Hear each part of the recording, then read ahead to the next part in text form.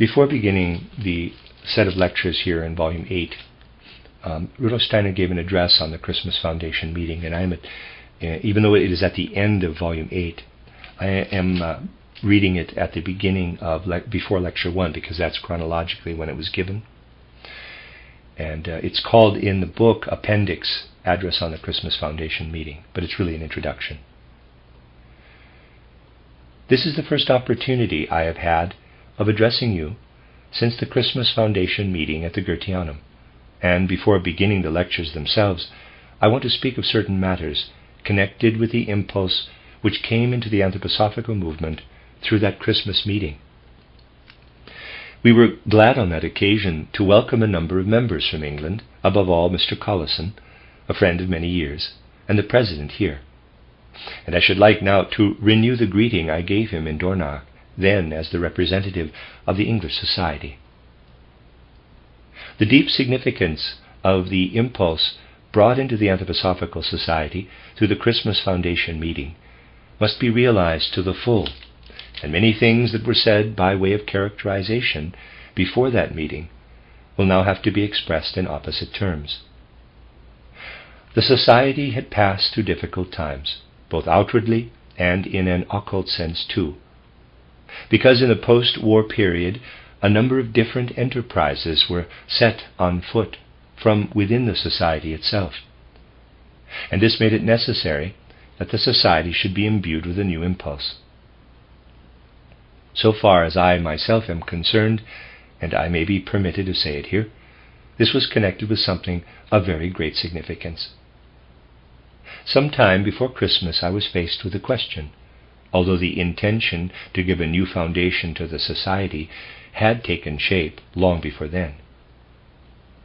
It became necessary for me to decide on taking the very step I had, for good reasons, refused to take at the time, when the Anthroposophical Society separated from the Theosophical Society.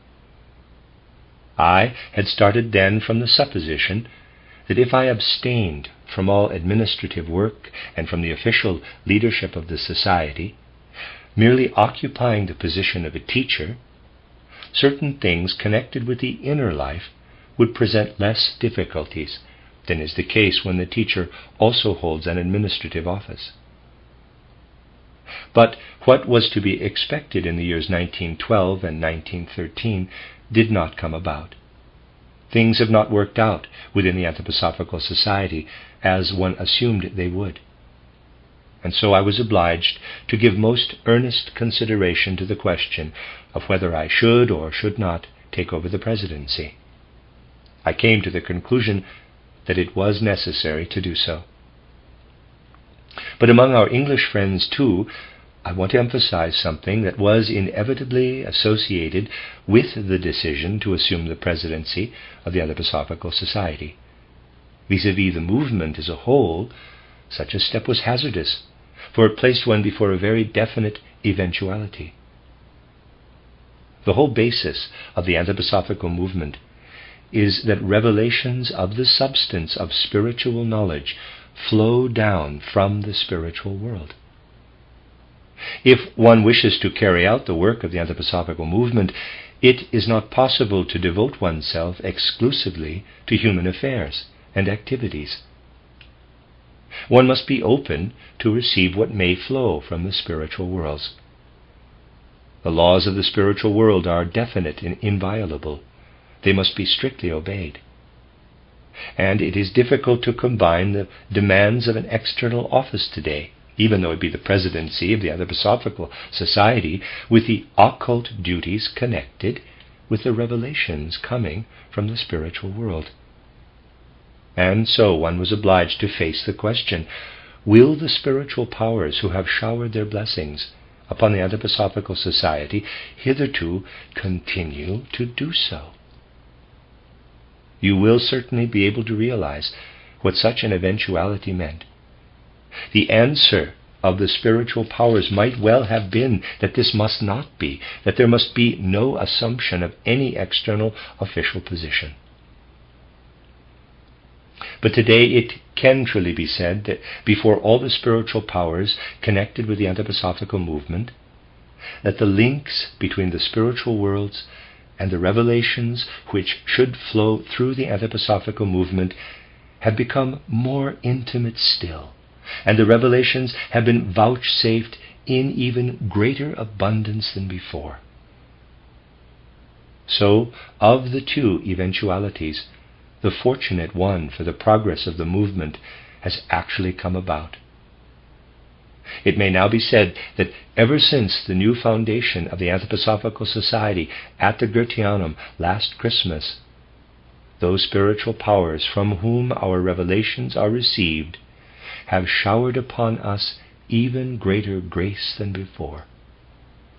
Therefore, in this respect too, a heavy care has been removed from the Society.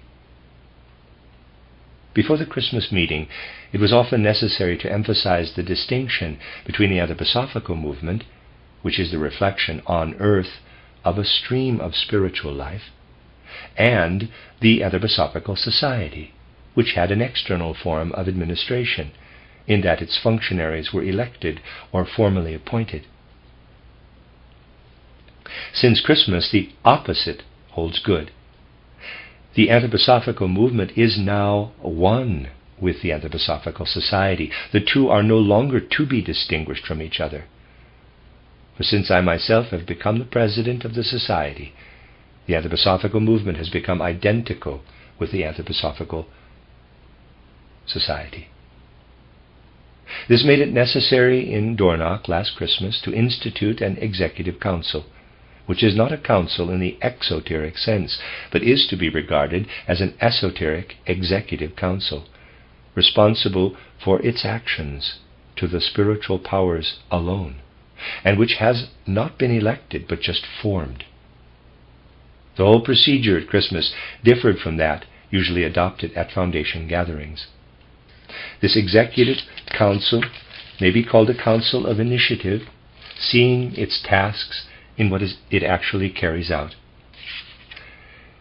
Hence, the statutes adopted at the Christmas meeting are not worded in terms of ordinary statutes, but are a simple statement of the relationship that should exist between man and man, between the council and the members, between the individual members themselves, and so forth. The intentions of the council are set forth as a statement of what we intend and wish to do. They are statutes in respect of form only. The whole procedure was quite different from that usually adopted by societies. The fact of salient importance is that an esoteric trend has now been brought into the Anthroposophical Society. The whole movement, flowing through the Society as it now does, must have an esoteric character. This must be taken in all earnestness. Only those impulses for human action which come from the spiritual world will be determinative so far as the executive is concerned. It will not be a matter of giving effect to certain paragraphs or the like, but of promoting the true spiritual life unreservedly and with no other intent. Reference may here be made to a matter that may seem of secondary importance.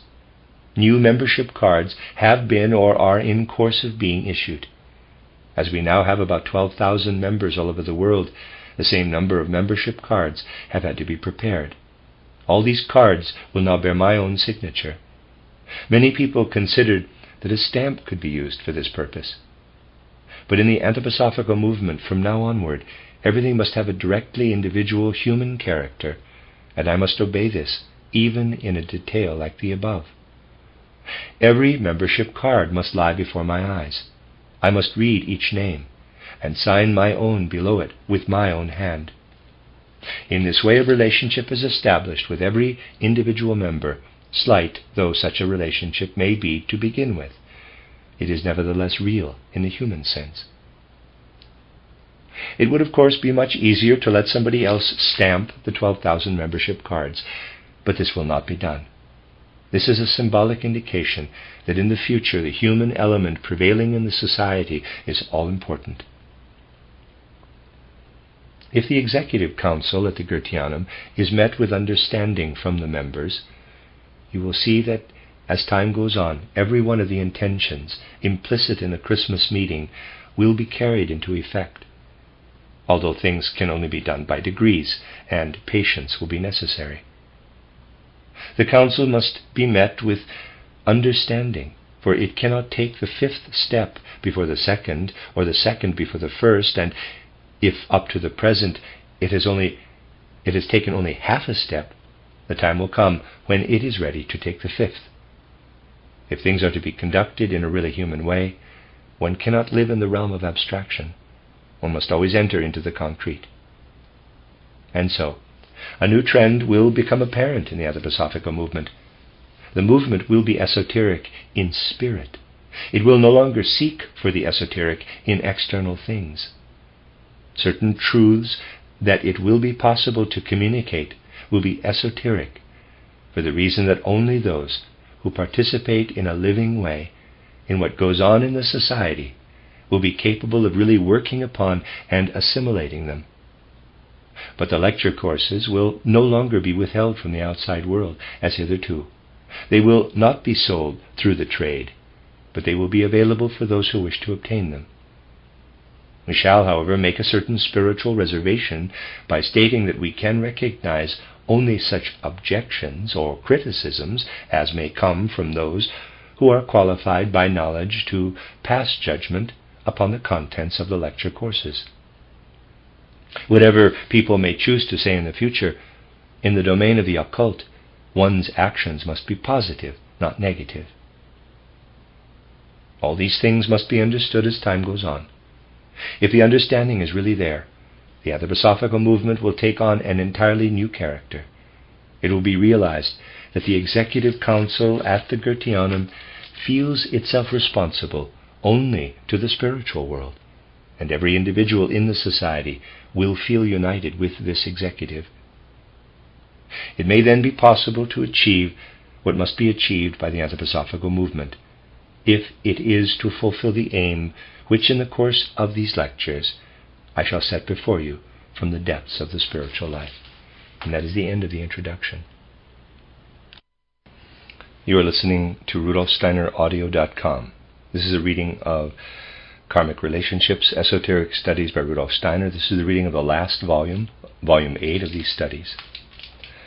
And this is lecture 1 in that series, which is number 65 in the chronological series. For centuries now, men have become less and less accustomed to turn their minds to the spiritual world. We say, and rightly say, that the last few centuries have inaugurated an age of materialism, which has set its stamp not only upon man's thinking, but also upon his will, his actions, indeed upon his whole life. And we in the Anthroposophical Society realize that the purpose of this society is to awaken forces whereby men will be released from their bondage to matter, from influences which make them deny the reality of the spiritual. But if the Anthroposophical movement is to provide the impulse that is needed in the evolution of humanity, all the teachings, all the treasures of wisdom which have for many years been flowing through it must be applied with real earnestness. We must ponder deeply on the realities of man's life today. He comes into the world through birth with traits inherited from parents and ancestors. He is influenced and guided by current views and opinions, and at a certain age he becomes alert and awake to the life that surrounds him in the outer world. He pays attention to the ideas, the thoughts, the deeds, the impulses to be found in his environment. He tries to understand his place as a member of a particular nation, as a member of humanity in general, and so forth. In the Anthroposophical movement, we accept the enlightening truth that all of us who are present here have passed through earlier lives on the earth. We have carried into this present life the fruits of those earlier lives. And we are mindful not only of what we are within our present nation, within modern humanity, but we realize that we have already passed through a number of incarnations on the earth, and that in other conditions of existence between death and rebirth, we have so worked at the development of the self, the ego, that we have made ourselves what we are today. But in his everyday consciousness, man does not realize that these previous earthly lives must also be taken into account. Nor will any progress be possible unless he studies the whole of life in the light of karma, of destiny taking shape from one earthly life to another. The historical life of humanity must above all be studied from this point of view.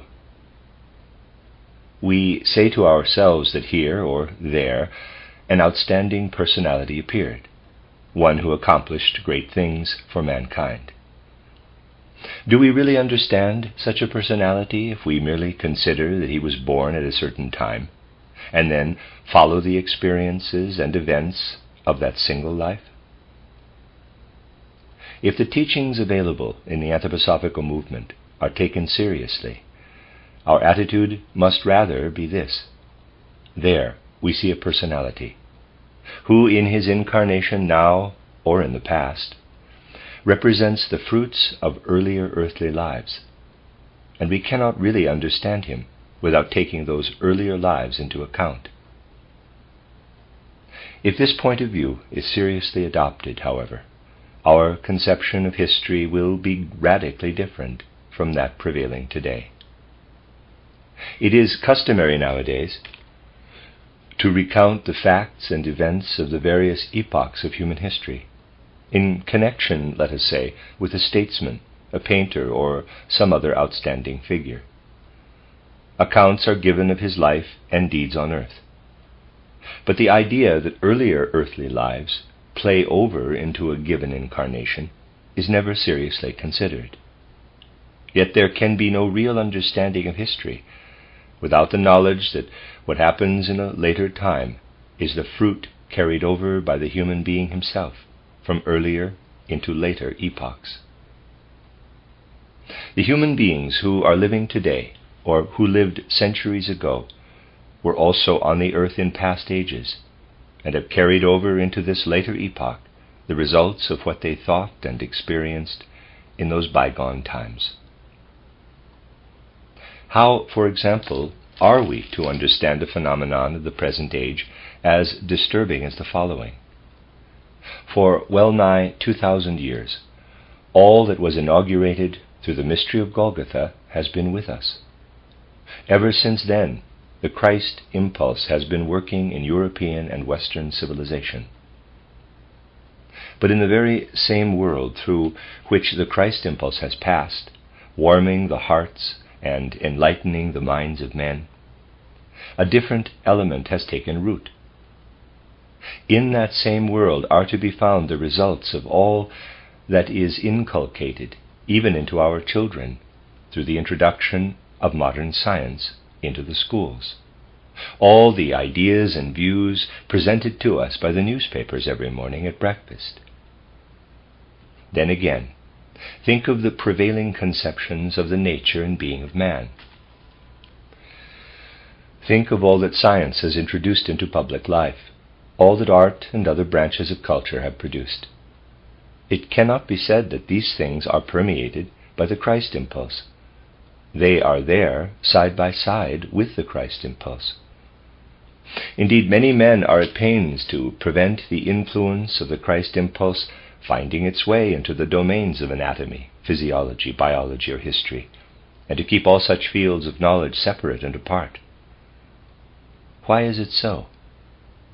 As long as we merely speak of some personality who was, let us say, a scientist, who received this or that kind of education, who engaged in some form of research, or, again, if we merely speak of a statesman as having been a liberal or a conservative, we shall not understand how the Christ impulse can flow through modern civilization simultaneously with elements that need have nothing whatever in common with Christianity.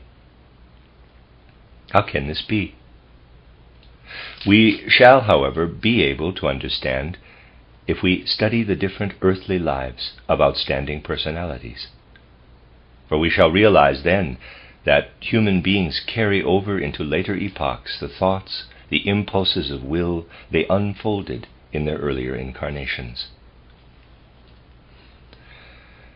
We observe personalities in history who have had great influence upon our own epoch. Think, for example, of one whose influence upon external life, especially in domains where science plays a part, has been deep and far-reaching. I am referring to Bacon, Lord Bacon of Verulam. He appears in the world, and details of his life are well known. We see him working in the sphere of Christian civilization. Yet there is no trace whatever of the Christian impulse in his writings. Bacon of Verulam might equally have arisen from some non-Christian civilization. What he actually says about Christianity is extremely superficial, compared with the real impulse that was within him. The same characteristic is to be perceived in Bacon the scientist, Bacon the philosopher, Bacon the statesman. Again, think of a personality like Darwin. Darwin was a good and sincere Christian, but there was no connection whatever between his Christianity and his ideas about the evolution of animals and man. The trend of thought in both cases is altogether different from that of the Christian impulse. We shall make no headway unless we ask ourselves, what can there have been in the earlier earthly lives, let us say of Bacon or of Darwin? What had they carried over from their earlier incarnations? If the Anthroposophical Society is to fulfill its purpose, such questions must no longer remain abstract. The mere knowledge that man lives many times on the earth, that one thing or another is carried over from an earlier into a later life, will not lead us far. There is, of course, nothing against reflections of this kind. They amount to no more than a general belief and are innocuous. But what we must do is to study the concrete realities of man's being and understand his life in some later epoch in the light of what he was in earlier incarnations. We shall now proceed to study these matters, beginning with an example taken from history, in order to tackle the subject of karma in all earnestness. Observing the progress of evolution revealed by civilization, by the deeds of humanity, we shall be able to perceive how individuals carry over into a later epoch what they acquired and made their own in an earlier one. For example, Bacon of Verulam appears in a certain age. Darwin appears in a later epoch. We discern a certain similarity between them. Superficial study merely sets out to discover how Bacon, how Darwin, evolved their particular views and ideas. But if we go more deeply into the matter, we find that both of them introduce into Christian civilization an element which, to begin with, is altogether inexplicable as a product of that civilization.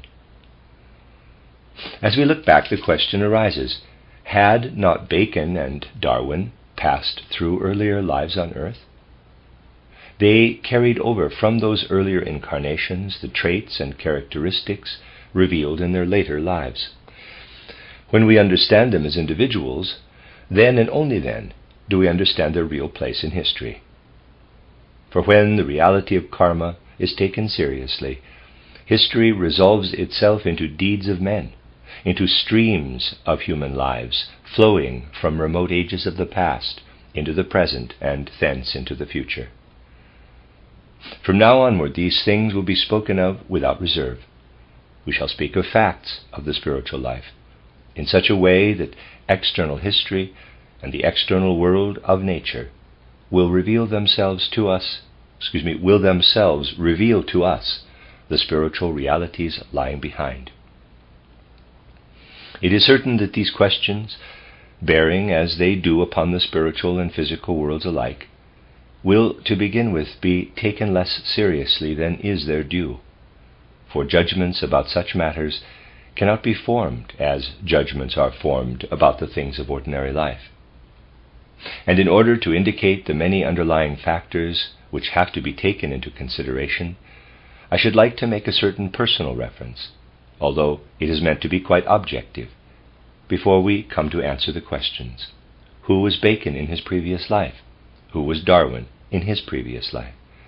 Footnote: Dr. Steiner did not speak further of Darwin in these lectures. Readers are referred to his lecture in Dornoch, 16th of March, 1924, Karmic Relationships, Volume 1. End of footnote. In the title Goetheanum Weekly, as you know, I am writing the story of my life, but in a periodical intended for the outside world as well, it is not possible to speak of everything, and certain additions must be made for the sake of those within our movement who earnestly desire to find their way into the spiritual world. And so today, before I proceed in the next lectures to answer such questions as have here been raised, I should like to make this brief personal reference. Those who, like myself, were born in the 60s of last century have lived through the epoch when the Gabriel rulership of the preceding 3.5 centuries was superseded by the Michael rulership. The Michael rulership, that is to say, the entry of the sun impulse belonging to Michael into the civilization of humanity, began at the end of the 70s of last century. In the time immediately after the entry of the Michael influence, in the 80s and 90s, when the Michael rulership was beginning to take effect behind the scenes of external happenings, those who were passing through the period of the development of the intellectual or mind-soul, that is to say, between the ages of 28 and 35, were really living in a kind of aloofness from the physical world. For when a human being is consciously active and alert in the mind-soul, he is aloof in a very real sense from the material world. We speak of man as a being composed of physical body, etheric body, sentient body. With his physical body, he stands clearly within the physical world. With his etheric body, sentient body, and sentient soul too, he is strongly involved in the external world. But he can live aloof and apart from the external material world when he is fully conscious in the mind-soul, before the consciousness or spiritual soul awakens in the 35th year of life. Full consciousness within the mind-soul can transport a man altogether into the world of soul. And so in the 80s and 90s of last century, there was opportunity for those possessed of the corresponding faculties to live in the mind-soul, aloof to a greater or lesser extent from the physical world. What does this mean? It means that in the mind-soul, aloof from the material world, one was able to live in the very world into which Michael was entering on his way down toward the earth. The 80s and 90s produced many things that evoked wonder and admiration. There were many fields in which men became expert in many ways by which culture was enriched. Modern literature has words of high praise for this period. Think only of what was achieved by newspapers and in the world of art from the years 1879, 1880 to 1890 onward. But in these very years, there were happenings of an altogether different character. Behind a thin veil, a very thin veil at that time, was a world adjoining our physical world. Peculiar conditions prevailed shortly before the close of Kali Yuga at the end of the 19th century. In a neighboring world separated from the physical world by a veil so thin that it was impenetrable only to the everyday consciousness of men, things were taking place which must come to clearer and clearer evidence in the physical world, and their influences brought to effect. In very truth, something mysterious was at work in the closing decades of the 19th century. There were momentous happenings grouped around the spirit we name Michael. Participating in these happenings were strong and forceful followers of Michael, human souls living at that time in their existence between death and rebirth, not yet incarnate in the physical body. But there were also mighty demonic powers, who under the sway of Ahrimanic influences set themselves in rebellion against what was thus to come into the world.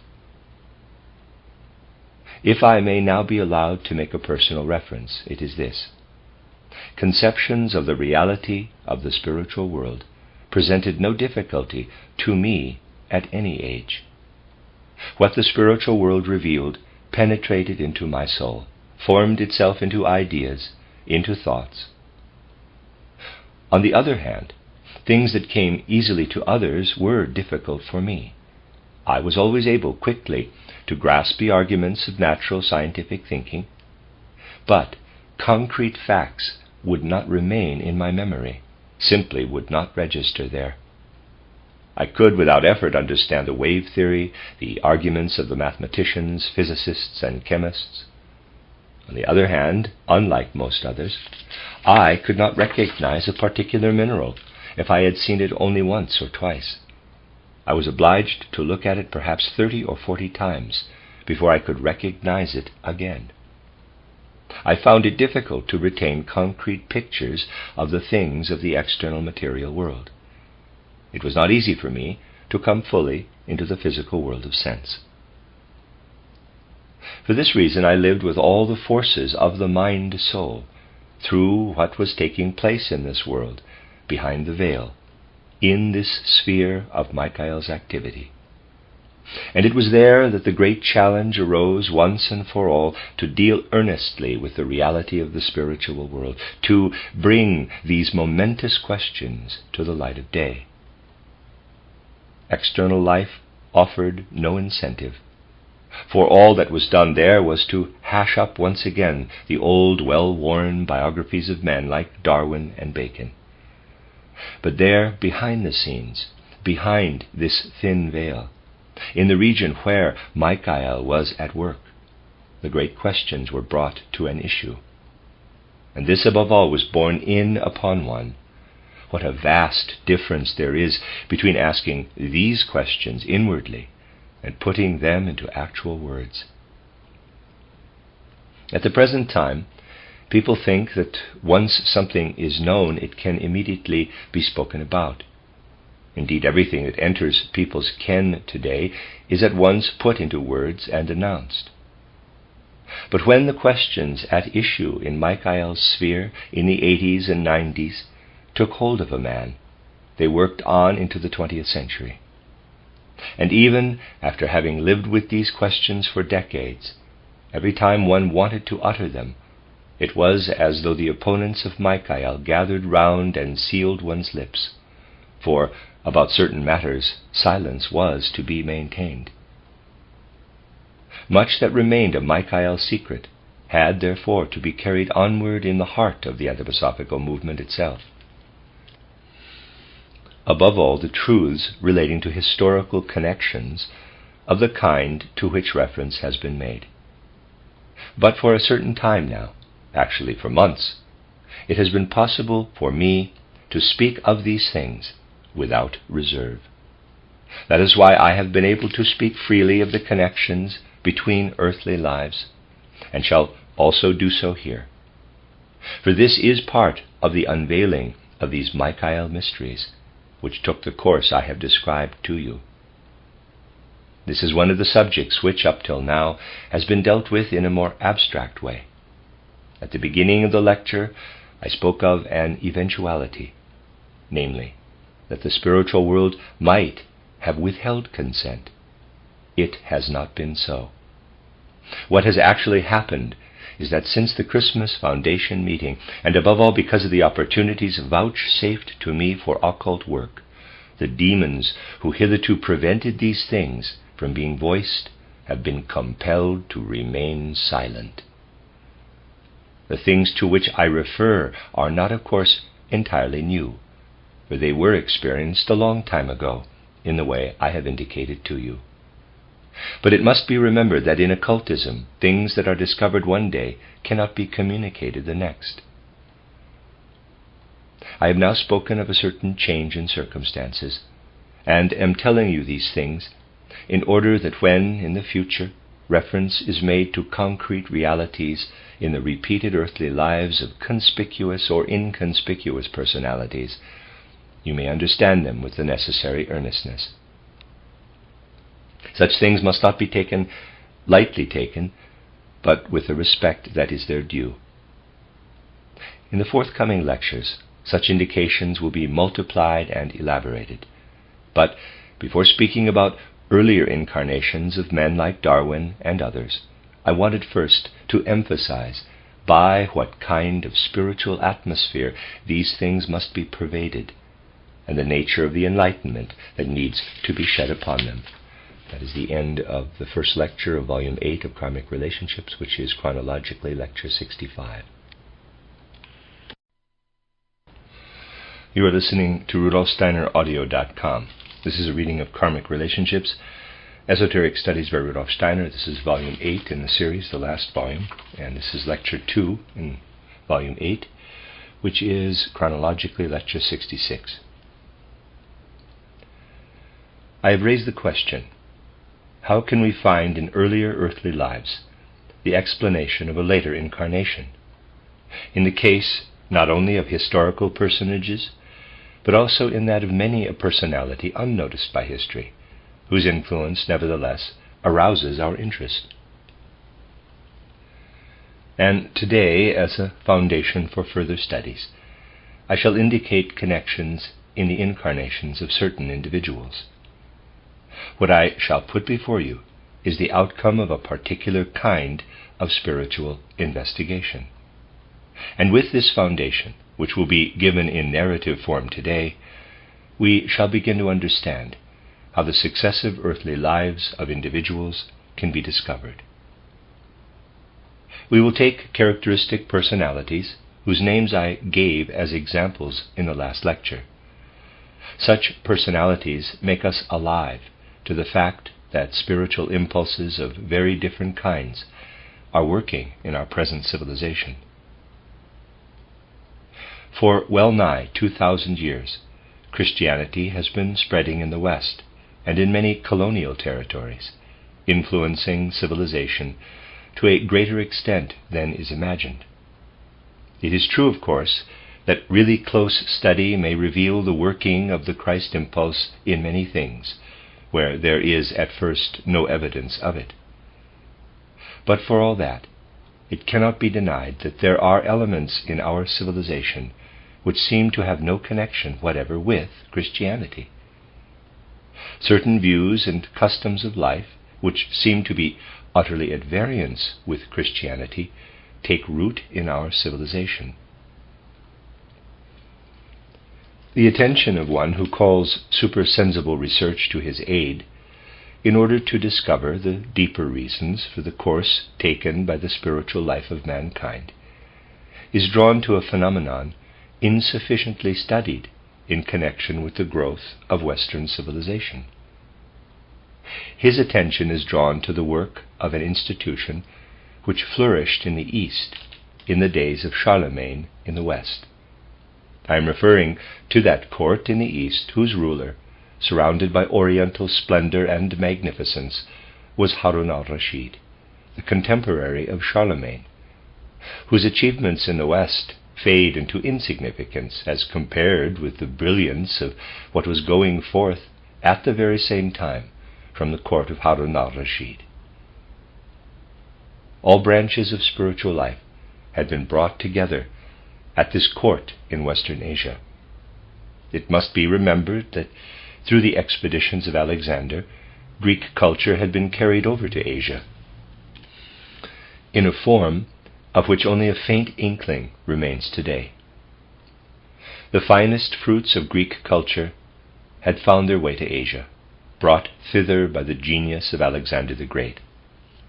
And as a result, many centers of learning in the East had adopted conceptions of the world which faithfully preserved the old, while rejecting many elements that in the West were threatening to submerge the old.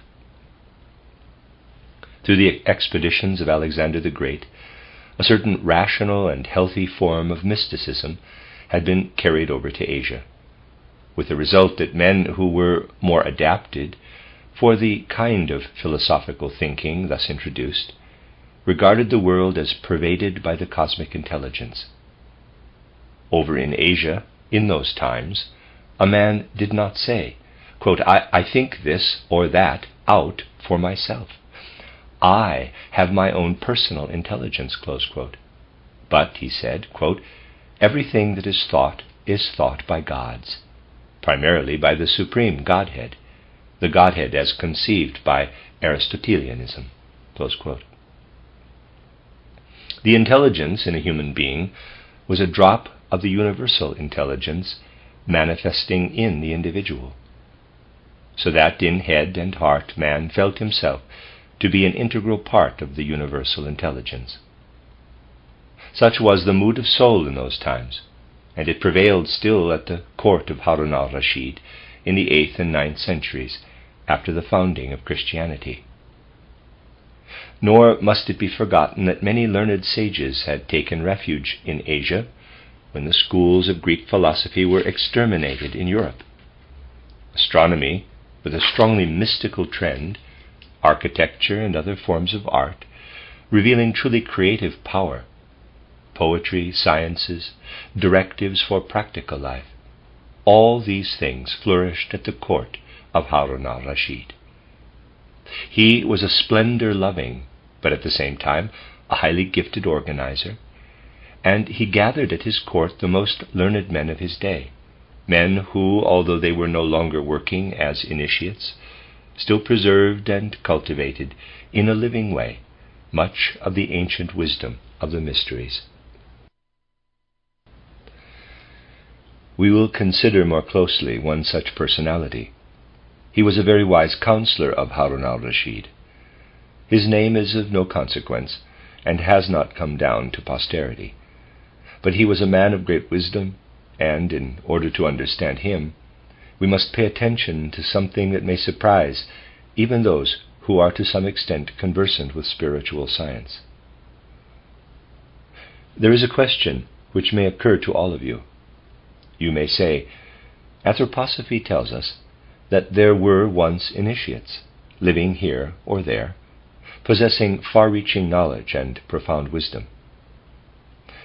But since men live again in new earthly lives, why is it that today, for example, we do not recognize reincarnated sages of old? This would be an entirely reasonable question.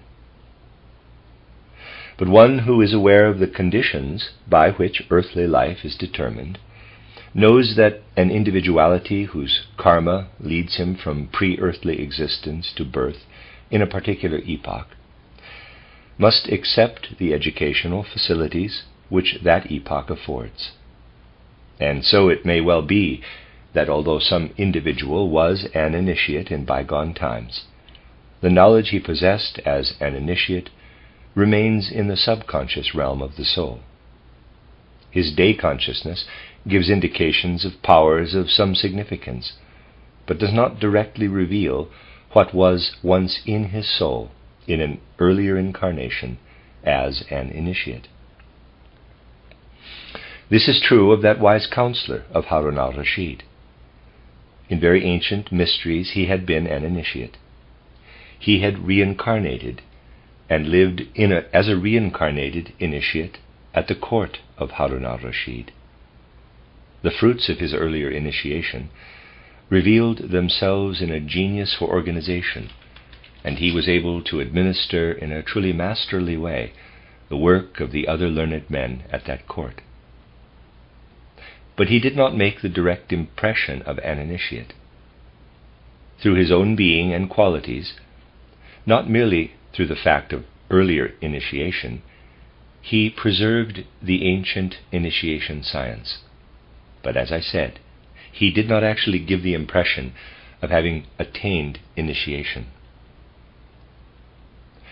Harun al-Rashid held this wise man in high esteem, entrusting him with the organization of all the sciences and arts flourishing at the court.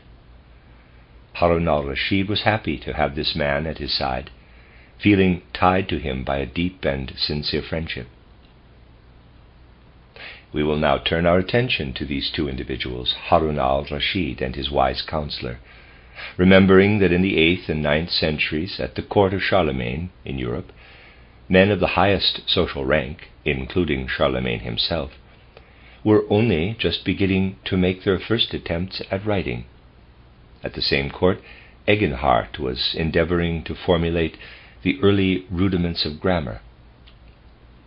In days when everything in Europe was extremely primitive, over in Asia much brilliant spiritual culture was personified in Harun al-Rashid, whom Charlemagne held in great veneration. But this was a kind of culture which knew nothing of Christ, nor wished to have anything to do with Christianity. It preserved and cultivated the best elements of Arabism, and also kept alive ancient forms of Aristotelian thought, those forms which had not made their way to Europe. For it was chiefly Aristotelian logic and dialectic which had spread so widely in the West, and were the principles upon which the work of the Church Fathers, and later on that of the schoolmen, was based. As a result of the achievements of Alexander the Great, it was the more mystical and scientific knowledge imparted by Aristotle that had been cultivated in Asia, where it had all come under the influence of the tremendously powerful intelligence of Arabism, which was, however, held to be a revealed and inspired intelligence. The existence of Christianity was known to the learned men at the court of Harun al-Rashid, but they regarded it as primitive and elementary in comparison with their own intellectual achievements. We will now follow the subsequent destinies of these two personalities, Harun al-Rashid and his wise counselor. Having worked in the way I have described, they bore with them through the gate of death the impulse to ensure that the kind of thinking, the world conception cultivated at this court, should spread in the world. Let us consider soberly and in all earnestness what then ensued. Two individualities start out from Asia, the wise counselor and his overlord, Harun al-Rashid. For a time after death, they remained together. It was to Alexandrianism, to Aristotelianism, that they owed the knowledge they had acquired. But they also absorbed all that in later times had been done to recast, to remodel these teachings. Unless it is possible to grasp what is happening in the spiritual world, while the events of the physical world take their course on the earth below, we can understand only a tiny fraction of the world. History gives a picture of what transpired after the epoch of Charlemagne and Harun al-Rashid. But while all that history relates about Asia and Europe was proceeding in the 8th and 9th centuries, and on into the late Middle Ages, other most significant happenings were taking place in the spiritual world above. It must not be forgotten that while the physical life below and the spiritual life above flow on, influences from souls passing through their existence between death and rebirth stream down perpetually upon earthly life. Therefore we do right to attach importance to what the discarnate souls yonder in the spiritual world are experiencing, and how they are acting in any particular epoch. Human life, above all in its course through history, can never be really comprehensible unless we turn our attention to what is happening behind the scenes of external history in the spiritual world. Now it must be remembered that the impressions which men carry with them through the gate of death often differ in a very marked degree from the impressions people have of them during earthly life. And those who cannot throw off preconceptions when they are observing the spiritual life may find it difficult to recognize some particular individuality who in his existence after death is revealed to the eye of the seer. EYE. Nevertheless, there are means whereby one can learn to perceive phases of spiritual life other than the one immediately following earthly existence. I have spoken of this in a lecture course that is being given here, and I shall have still more to say about the later phases of the life stretching from death to a new birth. Footnote, he was giving a title, True and False Paths in Spiritual Investigation, end of footnote. We shall then understand more clearly the nature of the paths which enable us to make contact with the so-called dead. It is by these same paths that we are able to follow the further destinies of individuals, such as Harun al-Rashid and his wise counselor. In order to understand later developments in European civilization, it is of the greatest importance to take account of these two individuals, above all, of the bond between them in their thought and principles of action. Harun al-Rashid and his counselor also bore with them, through the gate of death, a deep and strong affinity with the individualities of Alexander and Aristotle, who had, of course, preceded them in earthly existence by many centuries, and an intense longing to come into direct contact with them again. Moreover, a meeting actually took place, with consequences of far-reaching significance. For a while, Harun al-Rashid and his counselor journeyed onward together in the supersensible world, looking down from thence upon happenings in the civilized world further to the west, in Greece, in certain regions north of the Black Sea, and so forth. They looked down upon it all, and among the events upon which their gaze fell was one of which much has been said in anthroposophical lectures, namely the 8th General Ecumenical Council at Constantinople in the year 869 A.D. The effect of this 8th Ecumenical Council upon the development of Western civilization was incisive and profound. For trichotomy, the definition of man as body, soul, and spirit, was then declared heretical. It was decreed that true Christians must speak of man as a twofold being, consisting of body and soul only, the soul possessing certain spiritual qualities and forces. The reason why so little inclination to spirituality is to be discerned in Christian civilization is that acknowledgement of the Spirit was declared heretical by the 8th Ecumenical Council in the year 869. It was a momentous event, the effects of which have been far too little heeded. The Spirit was done away with. Man was to be regarded as consisting only of body and soul. But the shattering experience for one who can observe the spiritual life, and above all for one who truly participates in it, is that precisely when, here on earth, in the year 869 A.D., the Spirit was done away with, there took place in the spiritual world above the meeting between the souls of Harun al-Rashid and his wise counselor and the souls of Alexander the Great and Aristotle.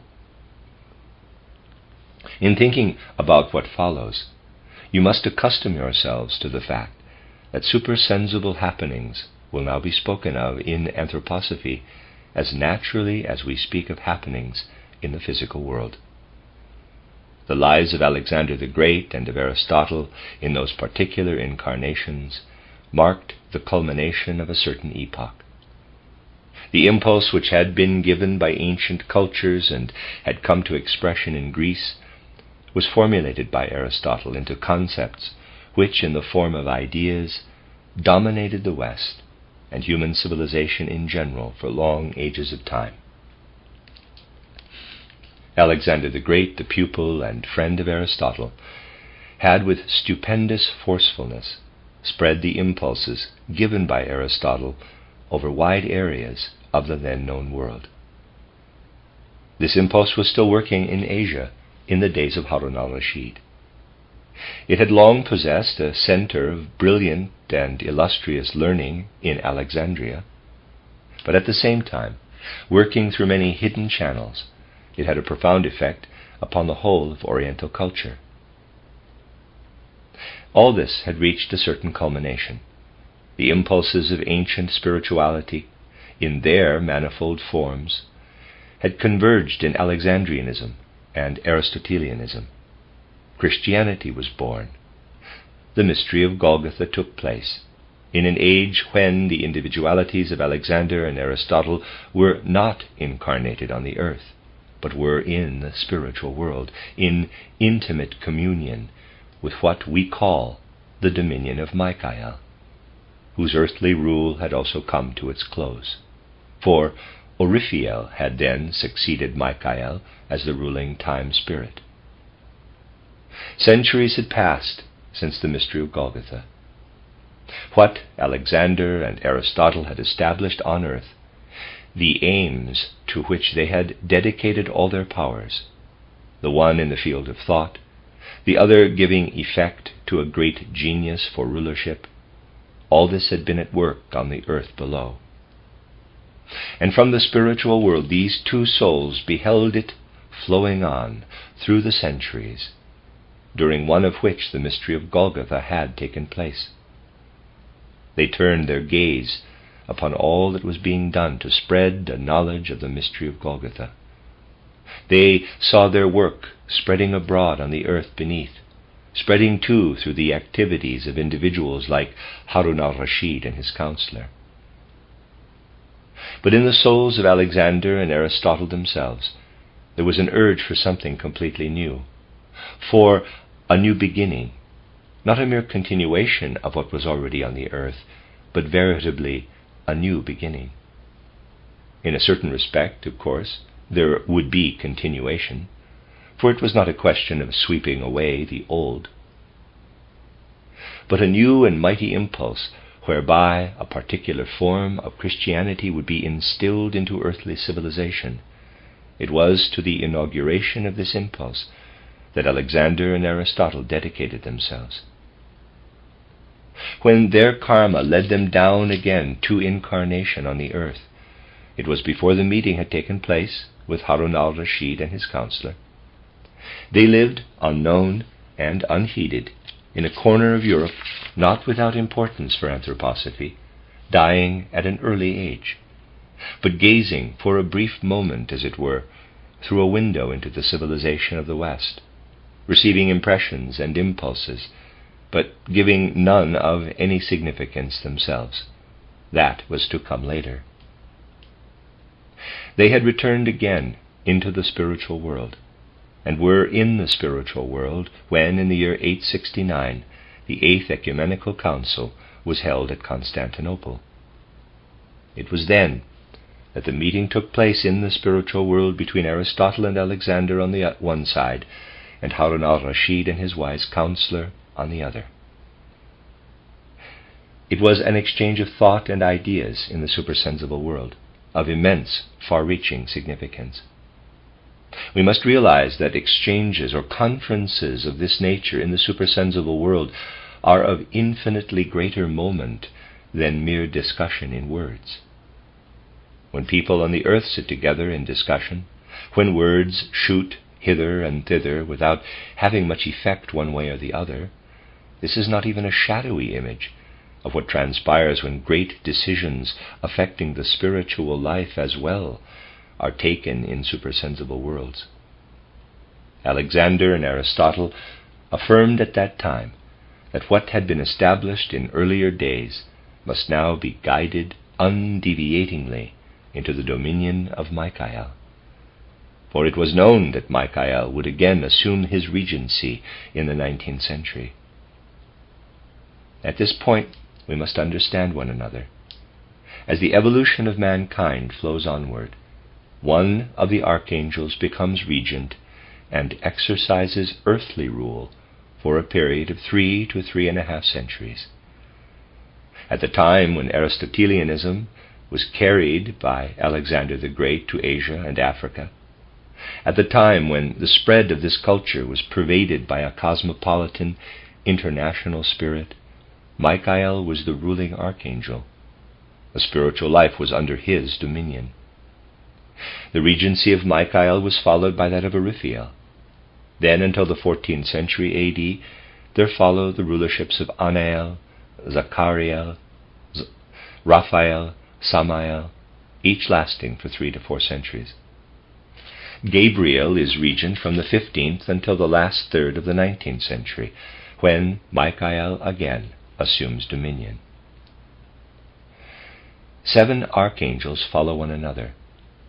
Thus the earthly rulerships of 6 other archangels follow that of Michael, which was in force at the time of Alexander, and Michael assumes dominion again at the end of the 19th century. We ourselves, do we but rightly understand the spiritual life, live under the direct influence of the Michael rulership.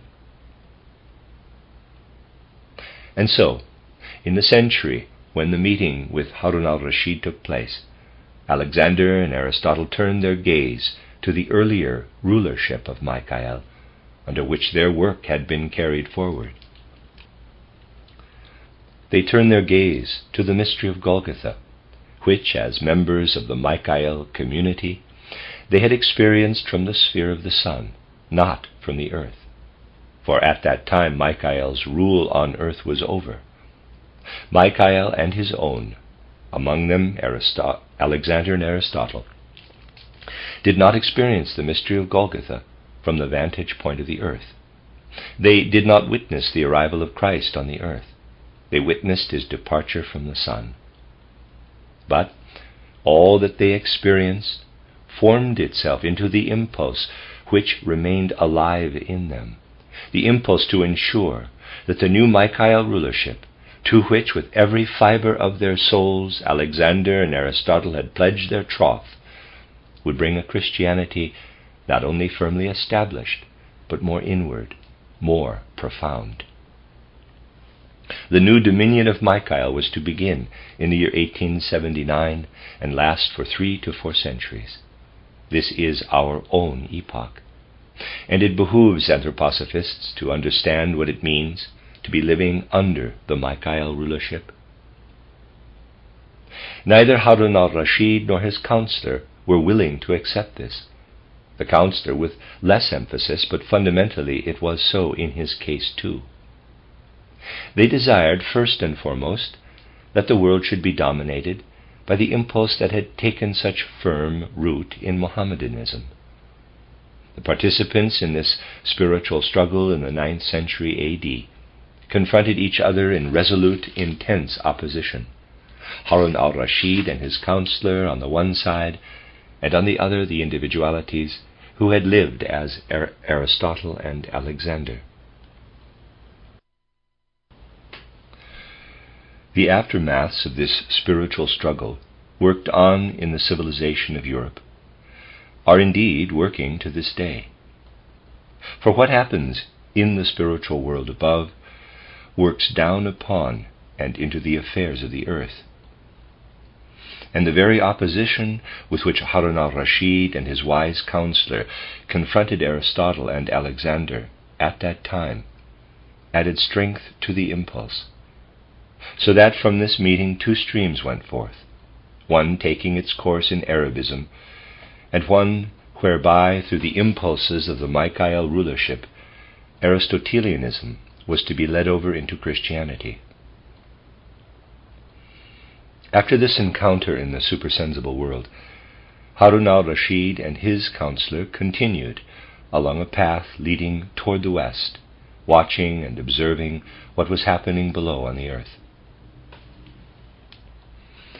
From this supersensible existence, the one, he who had lived as Harun al-Rashid, concerned himself deeply with civilization in northern Africa, in southern Europe, in Spain and France. During approximately the same period, the other, he who had been the wise counselor, concerned himself with the happenings of the spiritual life more toward the east, in the neighborhood of the Black Sea, and thence through Europe as far as Holland, and even England. And at roughly the same time, both were born again in European civilization. Now, there need not necessarily be external similarity between such reincarnations. It is, as a rule, quite erroneous to believe that a man who has in him a particular kind of spirituality will be born again with that same spirituality. We must look more deeply into the roots of the human soul if we are to speak truly about repeated earthly lives. So, for example, we may take the famous Pope Gregory VII, the former Abbot Hildebrand, a pope who worked fervidly for the cause of Catholicism, and to whom is due much of the power wielded by the papacy in the Middle Ages. He was born again in the 19th century as Ernst Haeckel, a bitter opponent of the papacy. Haeckel is the reborn Abbot Hildebrand, Gregory VII, Gregory the Great. In giving this example, my only object is to show that it is the inner, deep-rooted impulses of the soul, and not external similarity of thought and outlook, that are carried over from one earthly life into another. And so, while the Arabians were still surging across Africa into Spain, it was the natural tendency of Harun al-Rashid and his counselor to watch and exercise a protective influence over these campaigns. Outwardly, of course, the spread of Mohammedanism was checked, but its inner characteristics and trends were carried through the spiritual life by both these individualities on their journey between death and rebirth, carried over from the past into the future. Harun al-Rashid was born again as Bacon of Verulam. His wise counselor, too, was born again, almost at the same time, as Amos Comenius, the educational reformer. Think of what was brought into the world through Bacon of Verulam, who was only outwardly a Christian and who introduced the abstract trend of Arabism into European science.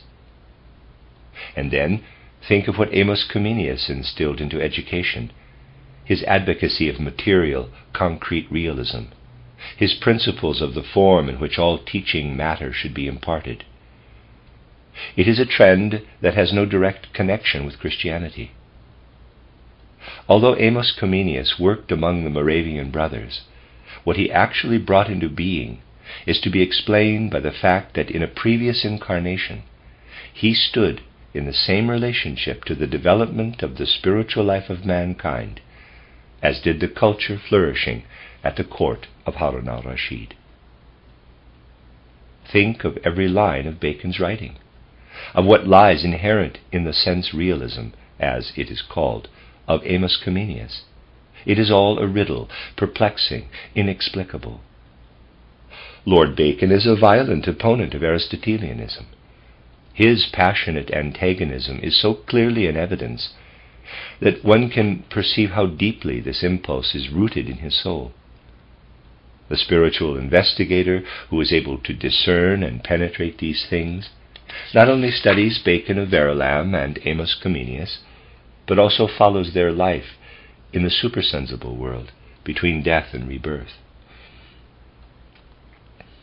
In the writings of Bacon of Verulam and Amos Comenius, in the very tone of their writings, in everything about them, there is evidence of rebellion against Aristotelianism. How is this to be explained? The following must be remembered. When Bacon and Amos Comenius returned to earthly life, Alexander and Aristotle had already again been in incarnation during the Middle Ages, at a time when they, for their part, had accomplished what it was then possible to accomplish for Aristotelianism. Moreover, when Aristotelianism itself was present in a form very different from that in which it had been cultivated by Harun al-Rashid, who, as I said, is the same individuality as Bacon of Verulam. Picture to yourselves the whole situation. Think of the meeting, if I may express it so, in the year 869 A.D., and of how under this influence there had taken shape in Harun al-Rashid impulses of soul which now encountered something that had already been partially accomplished on the earth. For Alexander and Aristotle had already been in incarnation, and their lives as men on earth in the pre-Christian era had played no part in giving effect to their aim. Realizing this, you will understand the nature of the impulses resulting from that meeting in the spiritual world, and from the fact that Bacon and Amos Comenius could now perceive what Alexandrianism and Aristotelianism had become in the world.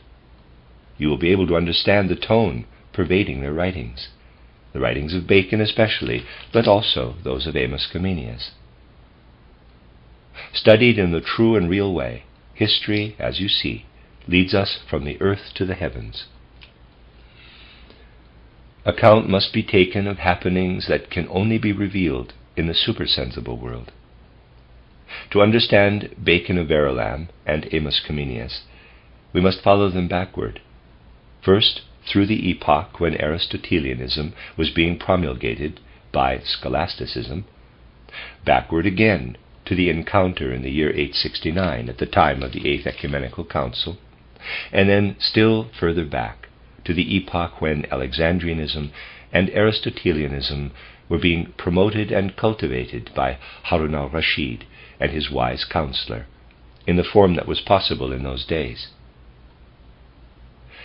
The happenings of life on the earth can only be really comprehensible when account is taken of how the supersensible world works into the physical world. This much I wanted to say, in order to show you that the work and influence of certain personalities on earth can only be understood by following and observing their several incarnations. There is no time to say more about these things today, and I will therefore bring the lecture to a brief conclusion. As we study the progress of human civilization, it becomes apparent that through such individualities as Harun al-Rashid and his counselor, who was subsequently reborn as Amos Comenius, there creeps into the development of Christianity an element that will not merge with Christianity, but inclines strongly toward Arabism. Thus, in our own time, we have on the one side the direct, unbroken line of Christian development, and on the other the penetration of Arabism, first and foremost in abstract science. What I want particularly to lay on your hearts is the following. Spiritual contemplation of these two streams leads our gaze to many things which have taken place in the supersensible world. For example, to an event like that of the meeting between Alexander, Aristotle, Harun al-Rashid, and his wise counselor. Impulses kindled by many such events furthered the spread of true Christianity, while other events were the causes of hindrances along its path.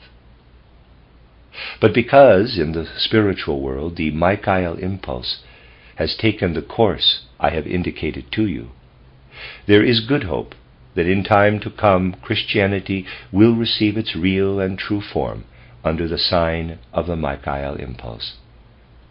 For under the sign of the Michael impulse, other exchanges of thought have also taken place in the supersensible world. Let me add only this. Many personalities have come together in the Anthroposophical Society. They too have their karma, which leads back to earlier times and appears in many different forms as we go backward to the pre-earthly existence and then to earlier incarnations.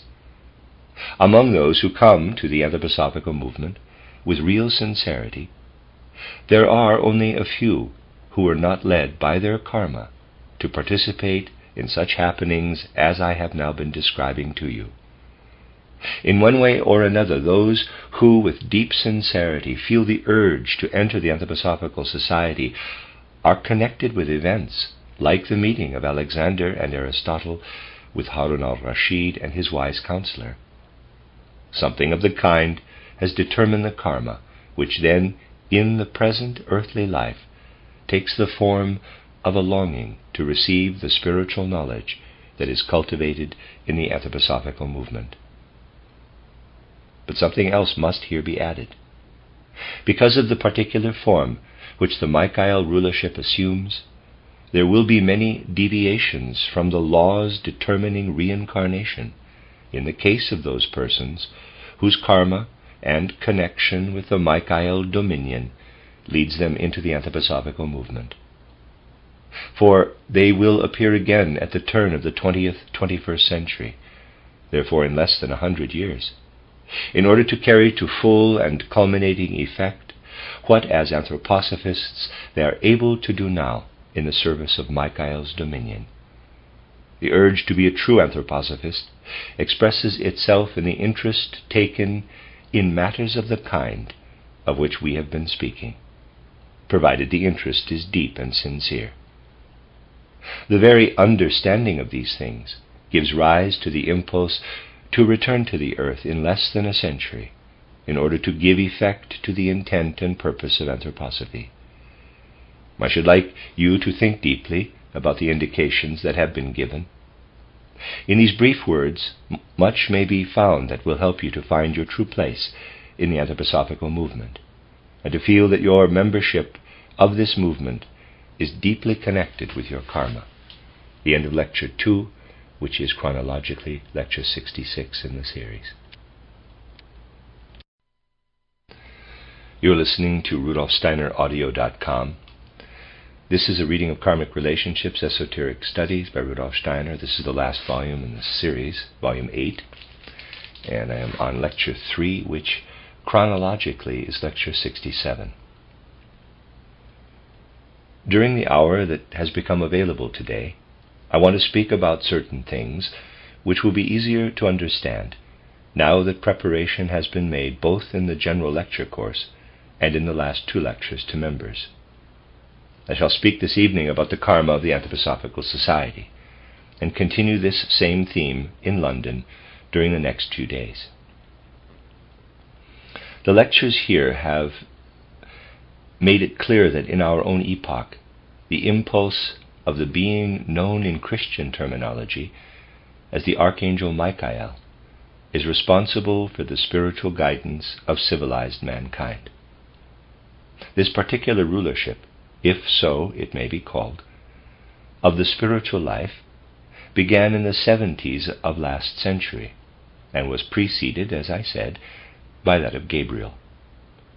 I shall now have something to say about the certain aspects of the present rulership of Michael. Whenever Michael sends his impulses through the evolution of humanity in the sphere of earthly life, he is the bringer of the sun forces, the spiritual forces of the sun. With this is connected the fact that during their waking consciousness, men receive these sun forces into their physical and etheric bodies. The present rulership of Michael, which began not very long ago and will last from 3 to 4 centuries, signifies that the cosmic forces of the sun penetrate right into the physical and etheric bodies of men. And here we must ask, what kind of forces? What kind of impulses are these cosmic sun forces? Michael is essentially a sun spirit. He is therefore the spirit whose task in our epoch is to bring about a deeper, more esoteric understanding of the truths of Christianity. Christ came from the sun. Christ, the sun being, dwelt on the earth in the body of Jesus and has lived since then in supersensible communion with the world of men. But before the whole mystery, connected with Christ, can reveal itself to the soul, mankind must become sufficiently mature, and the necessary deepening will, to a great extent, have to be achieved during the present age of Michael. Now, whenever the sun forces work in upon the earth, they are always connected with an impulse which streams into earthly civilization as an inpouring wave of intellectuality. For in our sphere of existence, everything possessed by man and by the world in general in the way of intellectuality, intelligence, derives from the sun. The sun is the source of all intellectual life, operating in the service of the spirit. Utterance of this truth may evoke a certain inner resistance today, for men do right not to place too high a value upon intellect in its present form. Those who have any real understanding of the spiritual life will not set much store by the intellectuality prevailing in the modern age. It is abstract and formal. It crowds the human mind with ideas and concepts which are utterly remote from living reality. It is cold, dry, and barren, as compared with the warm, radiant life pulsing alike through the world and through man. In respect of intelligence, however, this holds good only for the present time, since we are living in a very early period of the Michael age, and what we now possess as intelligence is still only just beginning to unfold in the general consciousness of mankind. In time to come, this intelligence will have an altogether different character. In order to realize how the nature of intelligence changes during the course of human evolution, let us recall that in medieval Christian philosophy, Thomas Aquinas still speaks of beings, of intelligences inhabiting the stars. As opposed to the materialistic views prevailing today, we ourselves regard the stars as colonies of spiritual beings. This seems strange and far-fetched to the ears of a modern man, who has not the remotest inkling that when he gazes at the stars, he is gazing at beings related in certain respects with his own life, and inhabiting the stars, just as we ourselves inhabit the earth.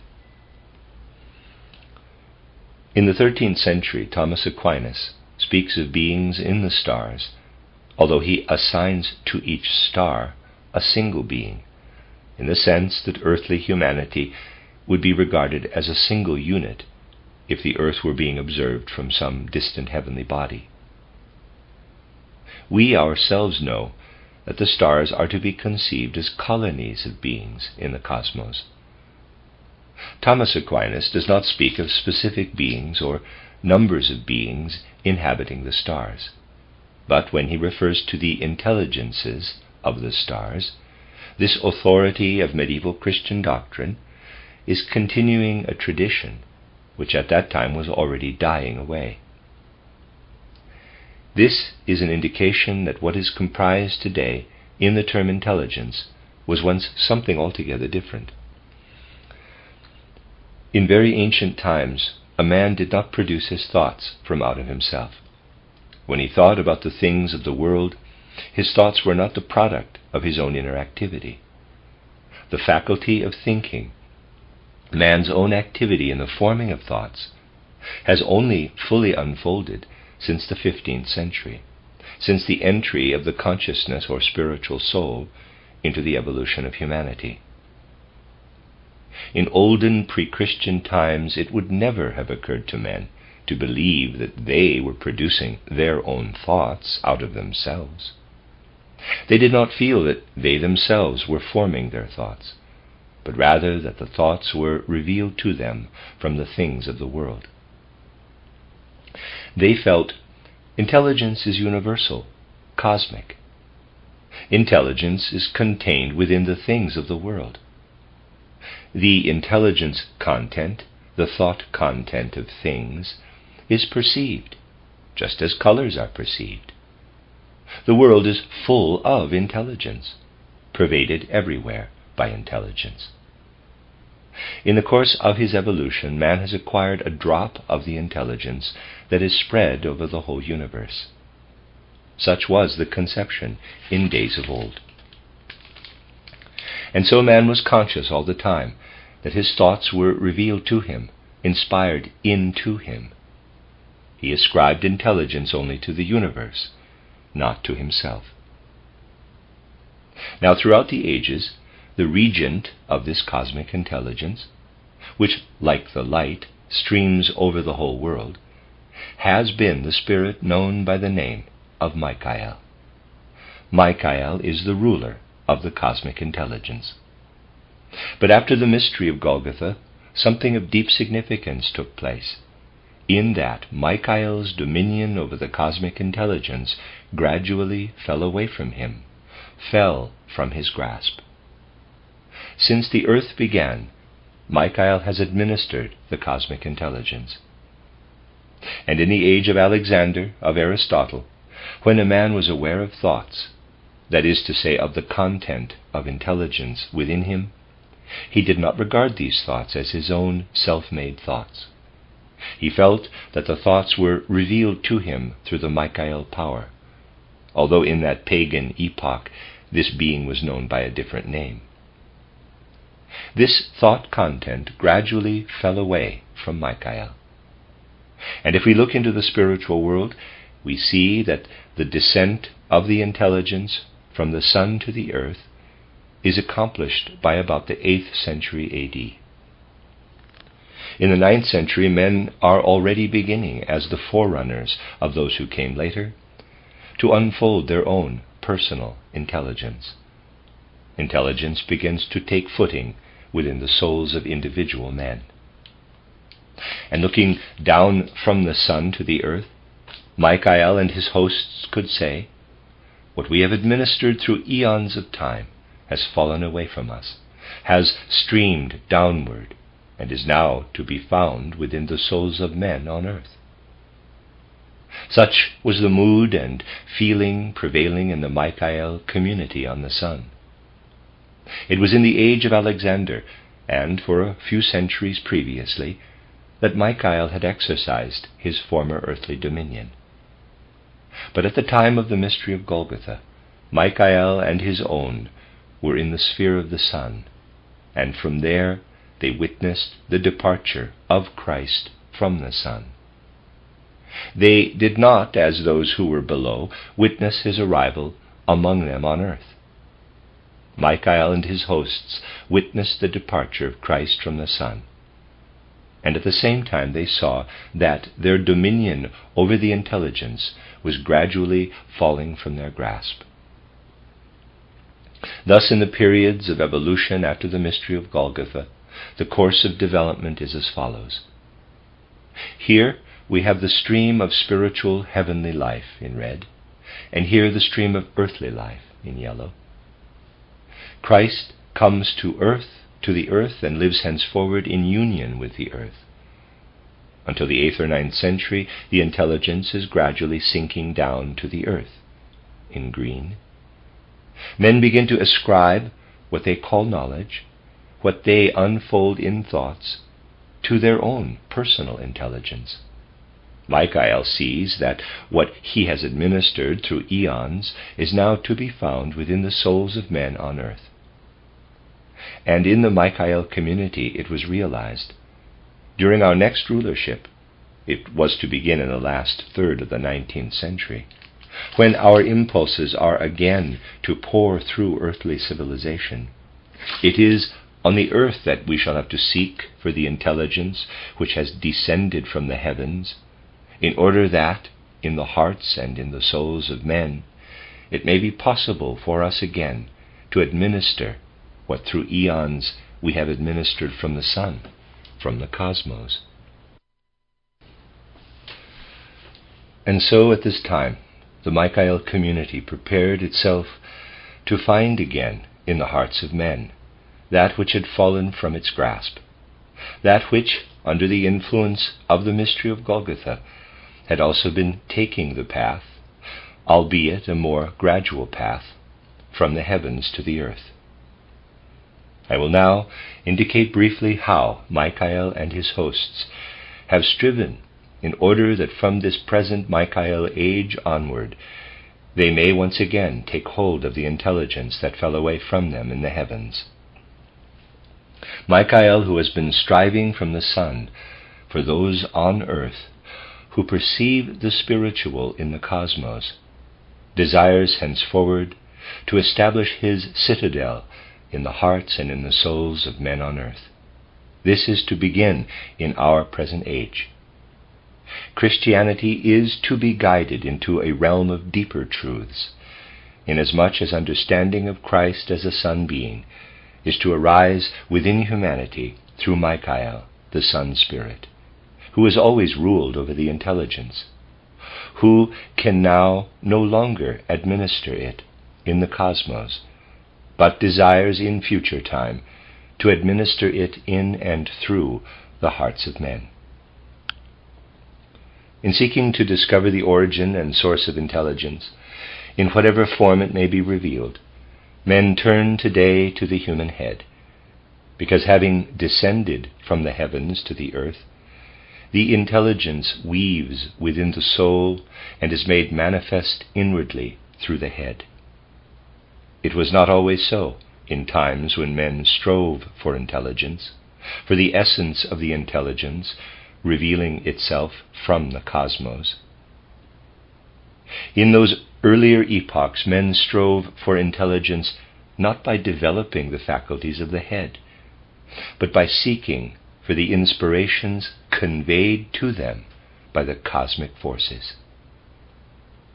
An example of how in olden time men sought the cosmic intelligence in a way in which it is no longer sought today is to be found when one stands, as we were able to do last Sunday, at that place in Tintagel, which was once the site of King Arthur's castle, and where he with his 12 companions exercised a power of far-reaching significance for Europe.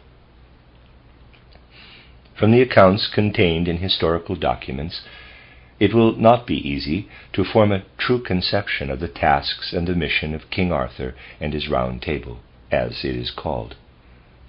But this becomes possible when one stands on the actual site of the castle and gazes with the eye of spirit, EYE, over the stretch of sea which an intervening cliff seems to divide into two.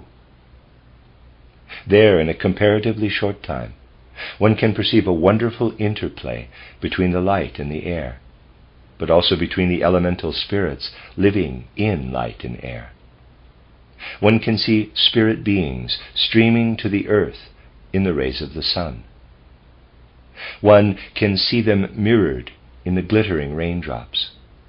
One can see that which comes under the sway of earthly gravity appearing in the air as the denser spirit beings of the air. Again, when the rain ceases and the rays of the sun stream through the clear air, one perceives the elemental spirits intermingling in quite a different way. There one witnesses how the sun works in earthly substance. And seeing it all from a place such as this, one is filled with a kind of pagan piety. Not Christian, but pagan piety, which is something altogether different. Pagan piety is a surrender of heart and feeling to the manifold spiritual beings working in the processes of nature.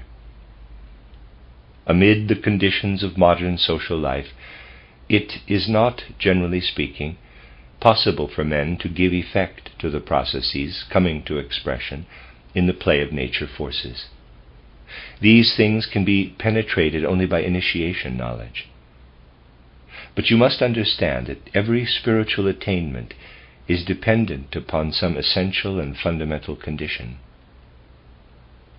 In the example I gave this morning, footnote in Lecture 10 of True and False Paths in Spiritual Investigation, end of footnote, to illustrate how the knowledge of material phenomena must be furthered and extended, I spoke of the interweaving, self-harmonizing karma of two human beings as a necessary factor. And, in the days of King Arthur and those around him, special conditions were required in order that the spirituality so wondrously revealed and borne in by the sea might flow into their mission and their tasks. This interplay between the sunlit air and the rippling, foam-crested waves continues to this day. Over the sea and the rocky cliffs at this place, nature is still quick with spirit. But to take hold of the spirit forces working there in nature would have been beyond the power of one individual alone. A group of men was necessary, one of whom felt himself as the representative of the sun at the center, and whose 12 companions were trained in such a way that in temperament disposition, and manner of acting, all of them together formed a 12-fold whole. 12 individual men, grouped as the zodiacal constellations are grouped around the sun. Such was the round table. King Arthur at the center, surrounded by the 12, above each of whom a zodiacal symbol was displayed, indicating the particular cosmic influence with which he was associated. Civilizing forces went out from this place to Europe. It was here that King Arthur and his 12 knights drew into themselves from the sun the strength wherewith to set forth on their mighty expeditions through Europe, in order to battle with the wild demonic powers of old, still dominating large masses of the population, and drive them out of men. Under the guidance and direction of King Arthur, these 12 were battling for outer civilization. To understand what the 12 felt about themselves and their mission, it must be remembered that in olden time, men did not claim a personal intelligence of their own. They did not say, "I form my thoughts, my intelligence-filled thoughts, myself." They experienced intelligence as revealed intelligence, and they sought for the revelations by forming themselves into a group like the one I have described, a group of 12 or 13. There they imbibed the intelligence which enabled them to give direction and definition to the impulses needed for civilization. And they too felt that their deeds were performed in the service of the power known in Christian Hebraic terminology as Michael. The whole configuration of this castle at Tintagel indicates that the 12, under the direction of King Arthur, were essentially a Michael community, belonging to the age when Michael still administered the cosmic intelligence. This was actually the community which worked longer than any other to ensure that Michael should retain his dominion over the cosmic intelligence.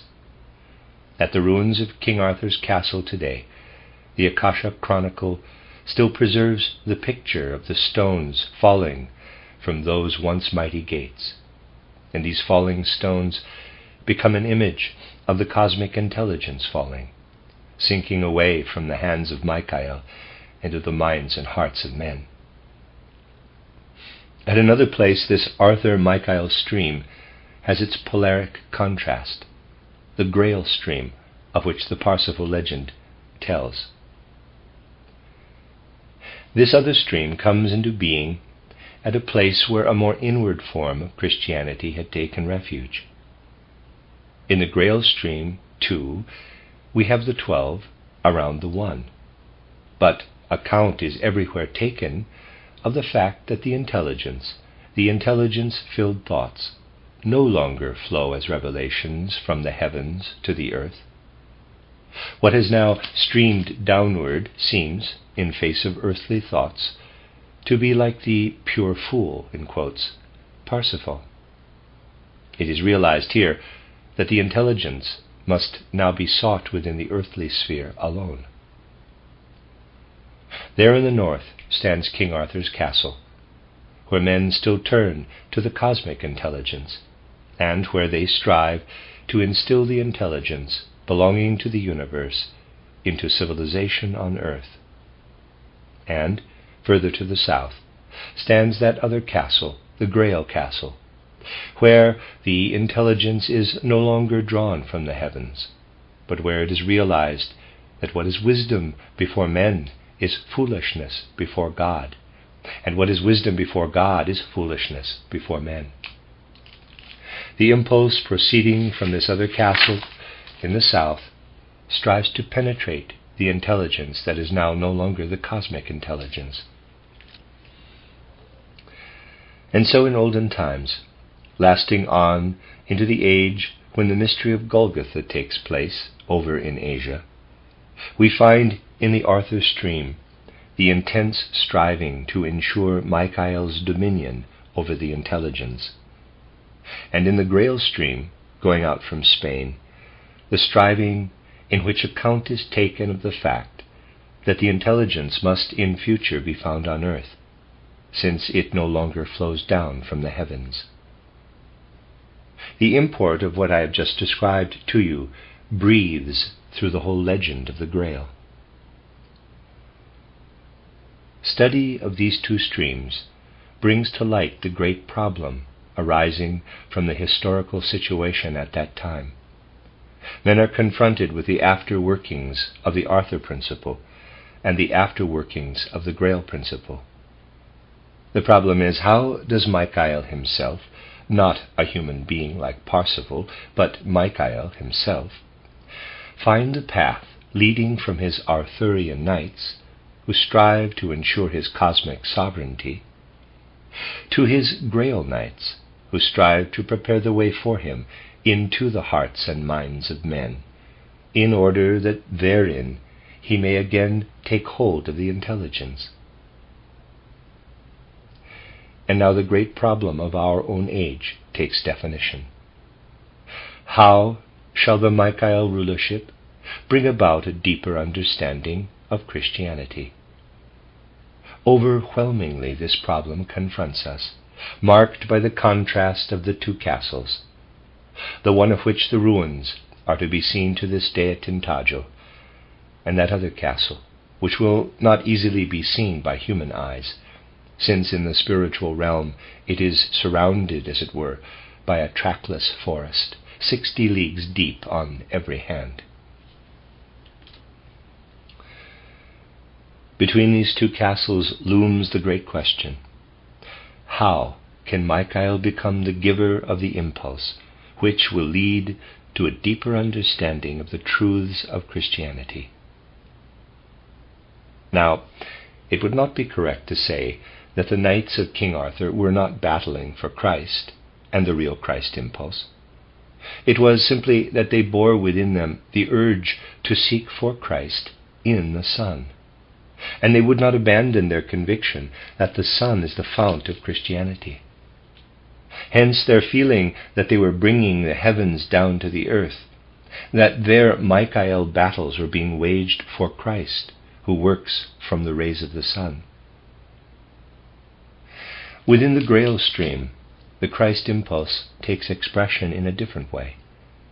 Men are conscious that the Christ impulse, having come down to the earth, must henceforward be carried into effect through the hearts of men.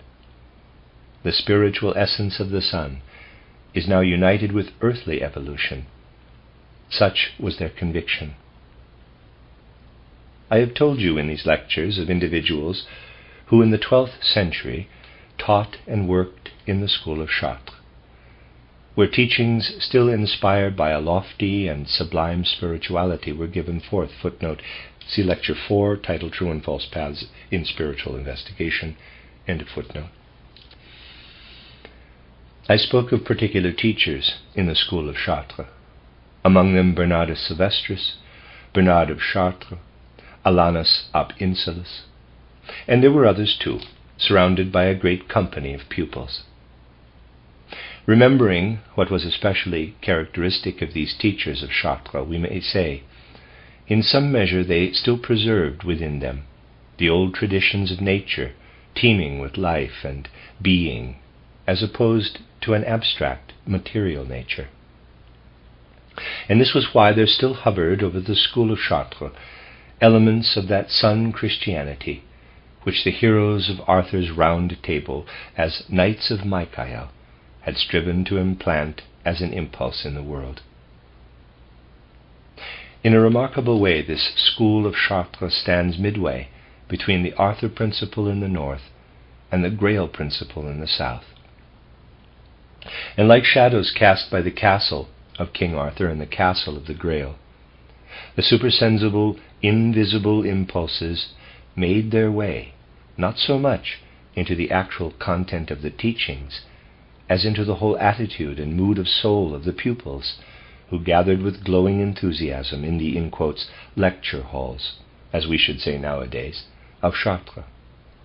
These were times when in the Christianity presented by these teachers of Chartres, Christ was conceived as the sublime Son Spirit who had appeared in Jesus of Nazareth. So that when these men spoke of the Christ, they saw his impulse working on in earthly evolution in the sense of the Grail conception. And at the same time they saw in him the downpouring impulse of the Son. What is revealed to spiritual observation as the essence, the keynote of the teachings given forth at Chartres, cannot be discovered today from surviving literary texts emanating from individual teachers in the school of Chartres. To the modern student, these writings seem scarcely more than glossaries of names. But in the brief sentences interspersed between the countless designations, names, definitions, those who read with spiritual penetration will discern the deep spirituality, the profound insight still possessed by these teachers of Chartres. Toward the end of the 12th century, they passed through the gate of death into the spiritual world.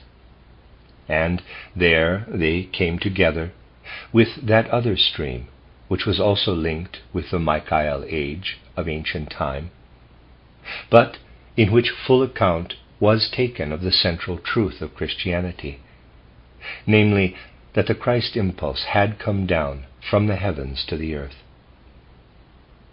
In the spiritual world, the teachers of Chartres came into contact with all that the Aristotelians of old had been able, as a result of the expeditions of Alexander to Asia, to achieve in preparation for Christianity. But they also came together with Aristotle and Alexander themselves, who were then in the spiritual world. The impulse of which these two individualities were the bearers could not take effect on the earth at that time, because it counted upon an abandonment of the old nature-inspired Christianity that had still been reflected in the teachings of Chartres, where, as in Arthur's Round Table, a pagan Christianity, a pre-Christian Christianity, prevailed. In the days of the teachers of Chartres, it was not possible for the Aristotelians, for those who had established and promoted Alexandrianism, to be on the earth. Their time came a little later, from the 13th century onward. But in the intervening period, something of great significance took place. When the teachers of Chartres and those who were associated with them had passed through the gate of death into the spiritual world, they came together with souls who were preparing to descend to the physical world, and who were eventually led by their karma to the order paramountly connected with the cultivation of knowledge in the Aristotelian form, the order of the Dominicans. The men of Chartres came together with these other souls who were preparing to descend. Using trivial words of modern speech, I will now describe what then transpired. At the turning point of the 12th and 13th centuries, at the beginning of the 13th century, a kind of conference took place between the souls who had just arrived in the spiritual world and the souls who were about to descend. And a momentous agreement was reached that Sun Christianity, as expressed, for example, in the Grail principle and also in the teachings of Chartres, should now be united with Aristotelianism. Those who descended to earth became the founders of scholasticism, the spiritual significance of which has never been truly assessed, and in which, to begin with, men could only hope to win the day for their view of personal immortality in the Christian sense by advocating it in the most radical, extreme way. The teachers of Chartres had laid less emphasis upon this principle of the personal immortality of man. They still inclined to the view that having passed through the gate of death, the soul returns to the bosom of the divinity. They spoke far less of personal individual immortality than did the Dominican schoolmen. Many significant happenings were connected with what was here taking place. For example, when one of the schoolmen had come down from the spiritual world to work for the spread of Christianity in an Aristotelian form, he had not, to begin with, been able fully to grasp the essential import of the Grail principle. Karma had willed it so. And here lies the reason for the comparatively late appearance of Wolfram von Eschenbach's version of the Grail story.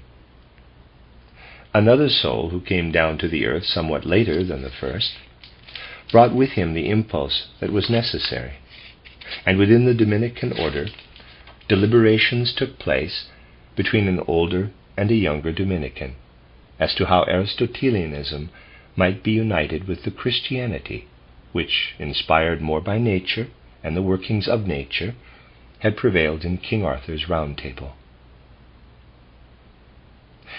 Then the time came for those individualities who had been teachers in the Dominican order also to return to the spiritual world. And now the great agreement was reached under the leadership of Michael himself, who, looking down to the intelligence that was now on the earth, gathered his own around him, spiritual beings belonging to the supersensible worlds, a great host of elemental spirits, and many, many discarnate human souls who were longing for a renewal of Christianity. It was too early yet for this to take effect in the physical world, but a great and mighty supersensible school was instituted under the leadership of Michael, embracing all those souls in whom the impulses of paganism still echoed on, but who were nevertheless longing for Christianity, and those souls who had already lived on the earth during the early centuries of Christendom, and who bore Christianity within them in the form it had then assumed. A Michael host gathered together in supersensible realms, receiving in the spiritual world the teachings which had been imparted by the Michael teachers in the old Alexander time, in the time of the Grail tradition, and which had also taken effect in impulses like that going out from Arthur's Round Table. Christian souls of every type and quality felt drawn to this Michael community, where, on the one side, deeply significant teaching was imparted concerning the ancient mysteries and the spiritual impulses at work in olden days, while, on the other, a vista was opened into the future, when in the last third of the 19th century, Michael would again be working on earth, and when all the teachings given forth in this heavenly school, under Michael's own leadership in the 15th and 16th centuries, were to be carried down to the earth. If you seek for the souls who gathered around this school of Michael at that time, preparing for the later period on earth, you will find among them very many who now feel the urge to come to the Anthroposophical movement. Karma has so guided these souls that in a life between death and a new birth, at that time they thronged around Michael, preparing to carry down a cosmic Christianity again to the earth. The fact that the karma of very many of the souls who have come into the Anthroposophical movement with real sincerity is connected with these preliminary conditions and antecedents makes the Anthroposophical movement into the true Michael movement, the movement that is predestined to bring about the renewal of Christianity. This lies in the karma of the Anthroposophical movement. It lies too in the karma of many individuals who have come with sincerity into that movement. To carry into the world the Michael impulse, which in this way can be pictured in all its concrete reality, which is betokened by many a sign on the earth today, and also comes strikingly to expression in the wonderful play of nature forces around the ruins of Arthur's castle. This is the task of the Anthroposophical movement in a very special sense. For in the course of the centuries, the Michael impulse must find its way into the world of men if civilization is not to perish from the earth. This was what I wanted to inscribe in your hearts in the lecture, for which time was fortunately available today. It's the end of Lecture 3, which is chronologically Lecture 67. You are listening to RudolfSteinerAudio.com. This is a reading of Karmic Relationships, Esoteric Studies by Rudolf Steiner. This is the last volume, Volume 8 in the series. And this is Lecture 4 in that book, which is chronologically Lecture 68. We shall best understand how karma is anchored in the individual and in the evolution of humanity, and how the single facts of karma lend themselves to description, if we begin by considering how human consciousness has evolved since the time when, even in his ordinary life, man had a direct, elementary perception of his karma. Today it is a fact that, in his waking consciousness, man knows nothing of his karma. The world in which he lives, from awaking to falling asleep, prevents him from having any direct knowledge of his karma. But humanity has not always lived in the state of consciousness that is considered normal today. In olden times, moreover during the earlier post-Atlantean periods of evolution, quite different states of consciousness prevailed, even in the everyday life of man. There are three states or conditions of normal consciousness today. I have often described them to you. Firstly, there is waking consciousness. Secondly, dream consciousness, into which scattered reminiscences of the day's experiences make their way, but mingled, too, with influences from the spiritual world. And lastly, sleep consciousness proper, in which dimness and darkness surround the human soul, and consciousness sinks away, so to speak, into unconsciousness. It was not always thus. There was a time in man's evolution when the experiences of his everyday consciousness took quite different forms. Let us look back some 8,000 or 10,000 years to the epoch immediately following the Atlantean catastrophe, whereby many widespread forms of civilization and culture were wiped out of existence.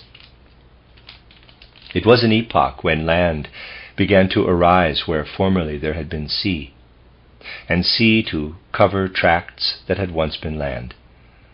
A time, moreover, when the earth was destined to pass through a period of intense cold.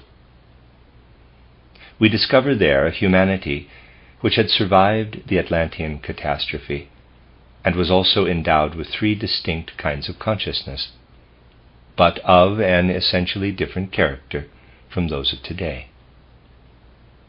The prosaic, everyday consciousness of modern man in his waking hours, by which he sees other human beings and the creatures and happenings of nature in sharp outlines, this the men of those ancient times did not possess. They saw the human being without sharp contours, extending in all directions into the spiritual, spreading out into the aura, and in this aura they saw his soul. Animals too were seen in great and mighty auras.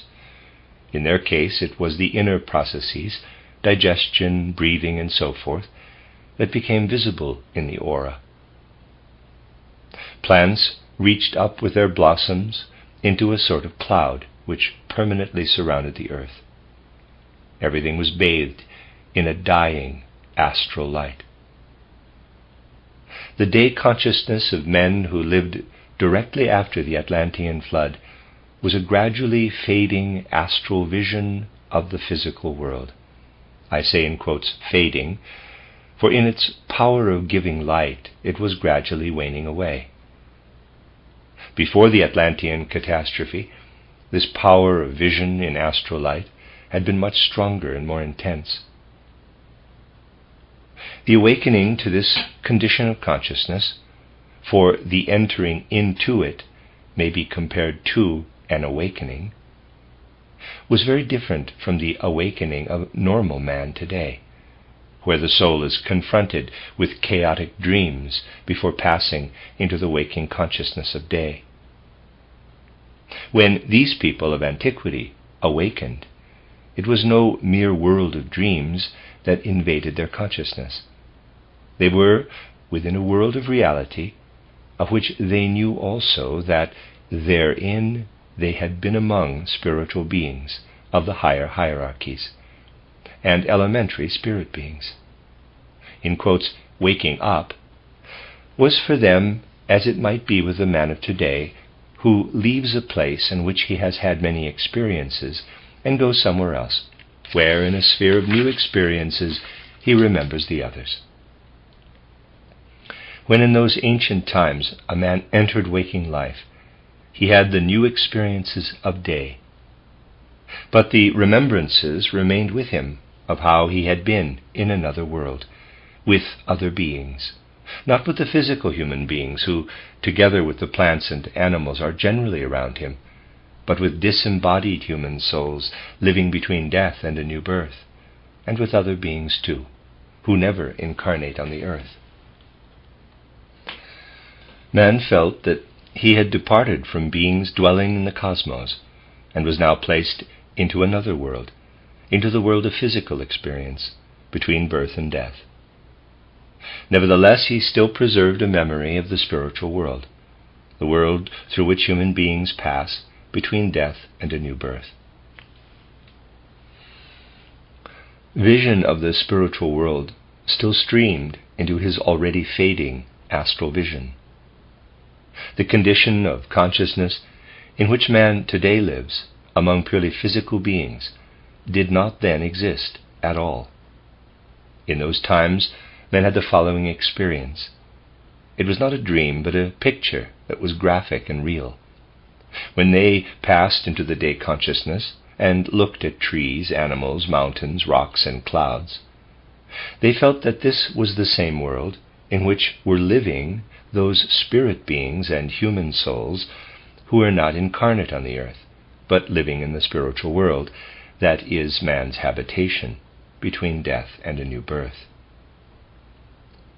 And then there came to these men a concretely real picture of how these beings pass into the trees and rocks while man is in his waking consciousness, how they disappear into the depths of the mountains or rise up to the heights of the clouds, steal away into all the created things of outer physical nature.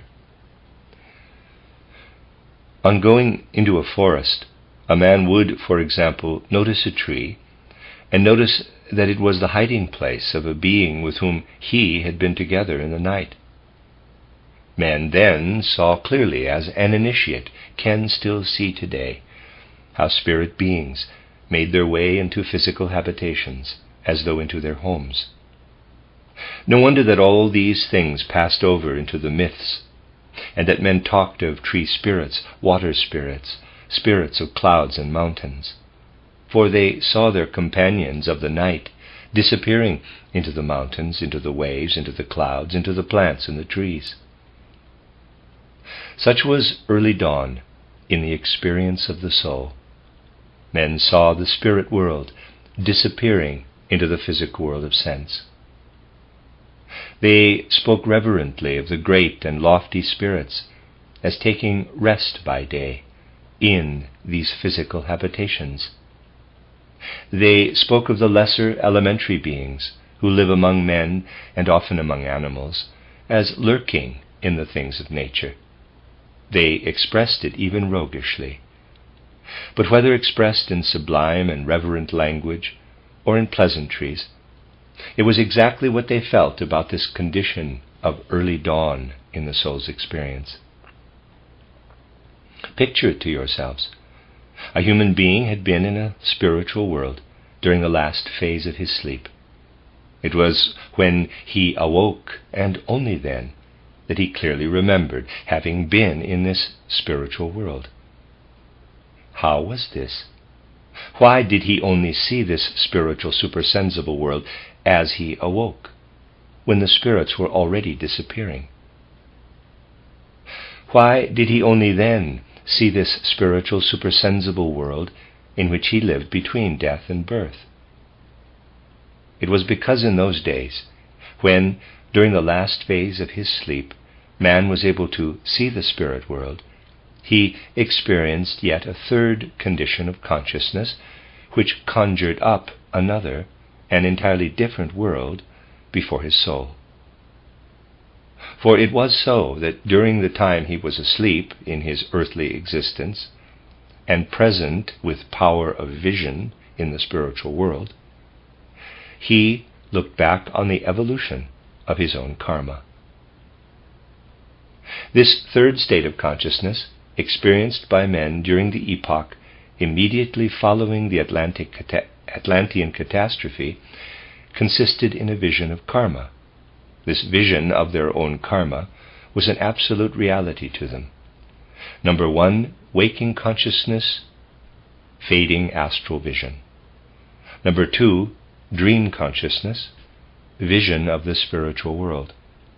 Number three, sleep consciousness, vision of karma. As the three states of consciousness alternate in the life of man today, so did ancient man experience successively the three conditions of a darkening astral vision, a vision of spiritual worlds, and a vision of karma. It is a fact that in olden times a vision of karma was a reality of consciousness for man. We can truly say that man once had a consciousness by means of which he beheld the reality of karma. Evolution then took the following course. First of all, this vision of karma ceased in the sleep that was, of course, no sleep, as we understand it. The vision of karma began to grow dim. Of the facts of karma, there only remained the knowledge possessed by the initiates in the mysteries. That which had once been vision and actual experience became a matter of learning and erudition. The ancient consciousness darkened, and there only remained, so it was in the old Chaldean, Babylonian, Egyptian period, the power to look up into the spiritual world. Thus, in the centuries which preceded the Christian epoch, a vision of the supersensible world still came about quite naturally, but the facts about karma were only taught. They were no longer seen. In the times immediately preceding the Christian era, there was still an intense consciousness of the spiritual world, of the world in which man lives between death and a new birth, although the consciousness of karma had faded and was simply not there for humanity in general when the Christian era began.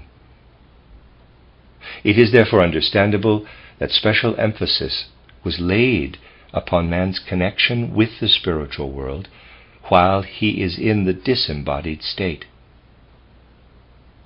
Especially in the ancient Egyptian conception, we can discern this intensely strong consciousness of the spiritual world, a purified and clear-sighted consciousness of the world which man enters through the gate of death, when he becomes Osiris.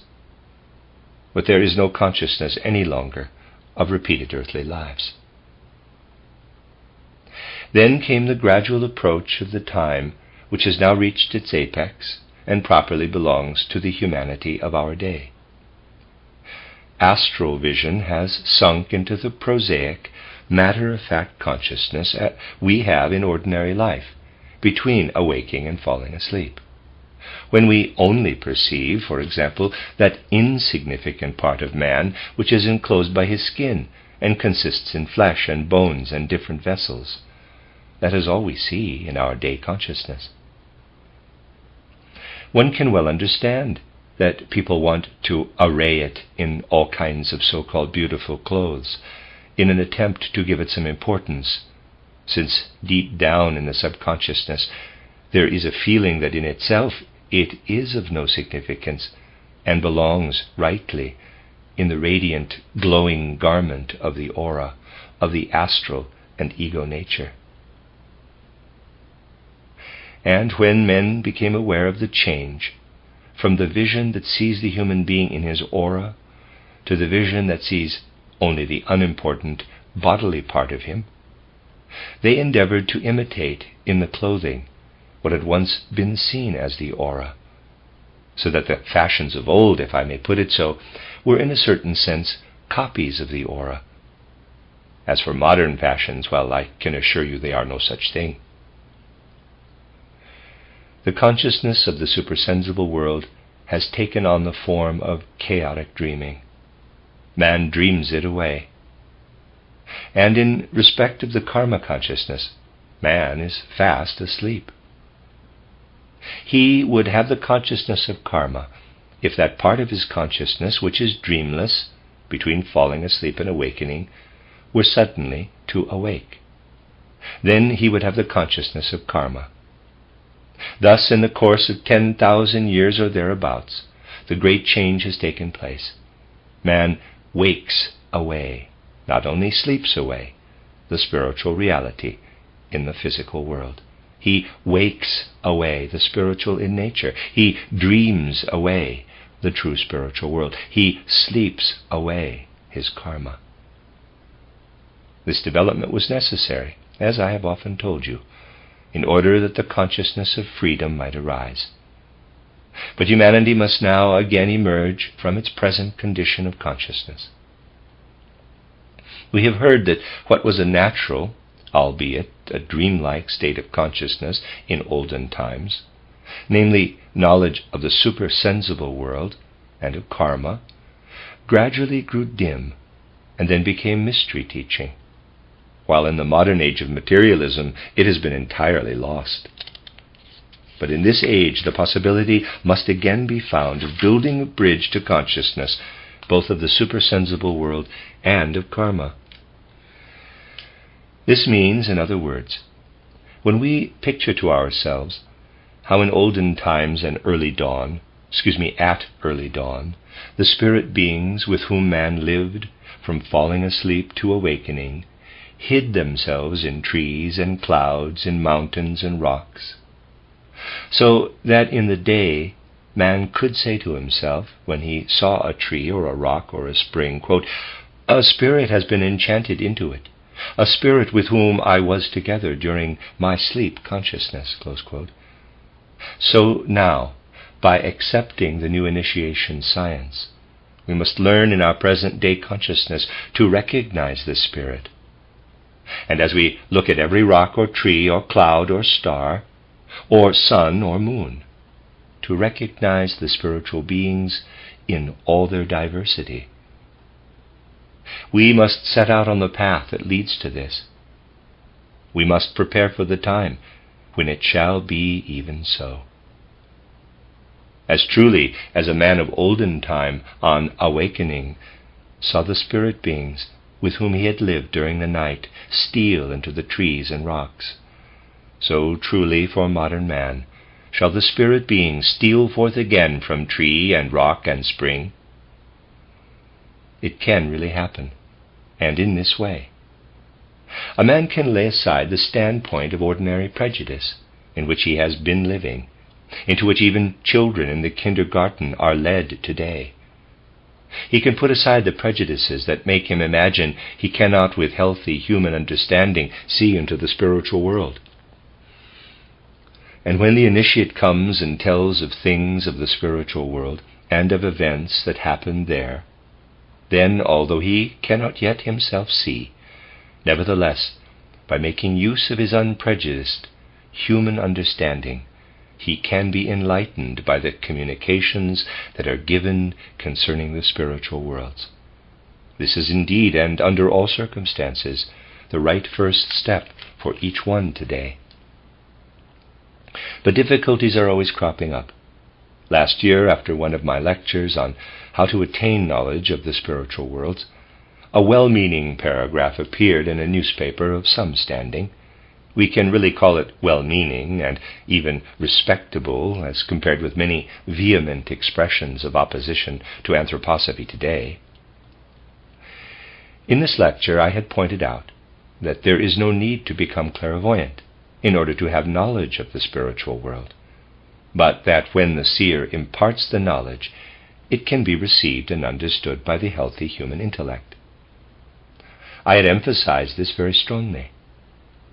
The man who wrote the paragraph said in all good faith, quote, Steiner wants to apply the healthy human intellect to knowledge of the supersensible world. But so long as the human intellect remains healthy, it can certainly know nothing of a supersensible world. As soon as it does, it is no longer healthy. Close quote. I think I have never heard it put so honestly before.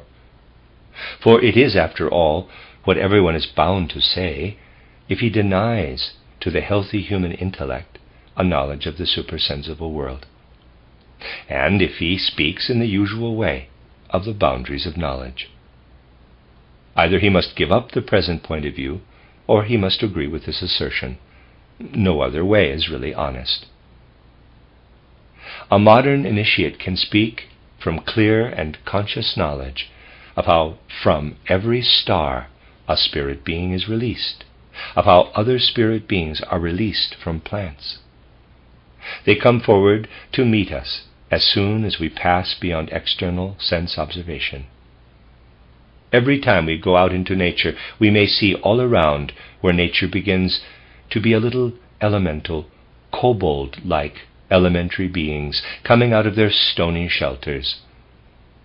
If we become friendly with them, especially with the elementary beings of the mineral world, we can see behind them higher beings who finally lead up to the first hierarchy, to the seraphim, cherubim, and thrones.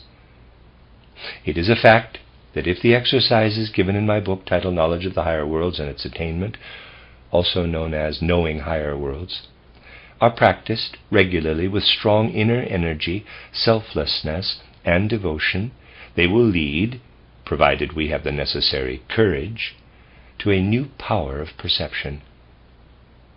We become able to see, for instance, in certain strata of the mountains, whole worlds of elemental beings lying hidden in rock and stone. They come forth on every side. They steal out, they grow big, and we discover that they have only been, as it were, rolled up and packed tight into these fragments of the elementary world. Beings are present in the mineral kingdom of nature, especially where the earth begins to grow green and feel so fresh that we can scent its aroma and the aroma of the plants that cover it.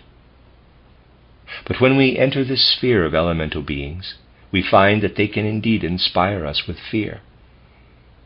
For the beings we thus encounter are incredibly clever. We must be humble enough to say to ourselves, when we see these little dwarf-like beings emerging from the objects of nature, quote, how stupid man is, and how clever is this elemental world, close quote. And because many do not like to say this in earnest, do not like even to admit that, judged by spiritual perception, a little newborn child is much wiser than a learned scholar. Therefore these elementary beings withdraw from man's vision.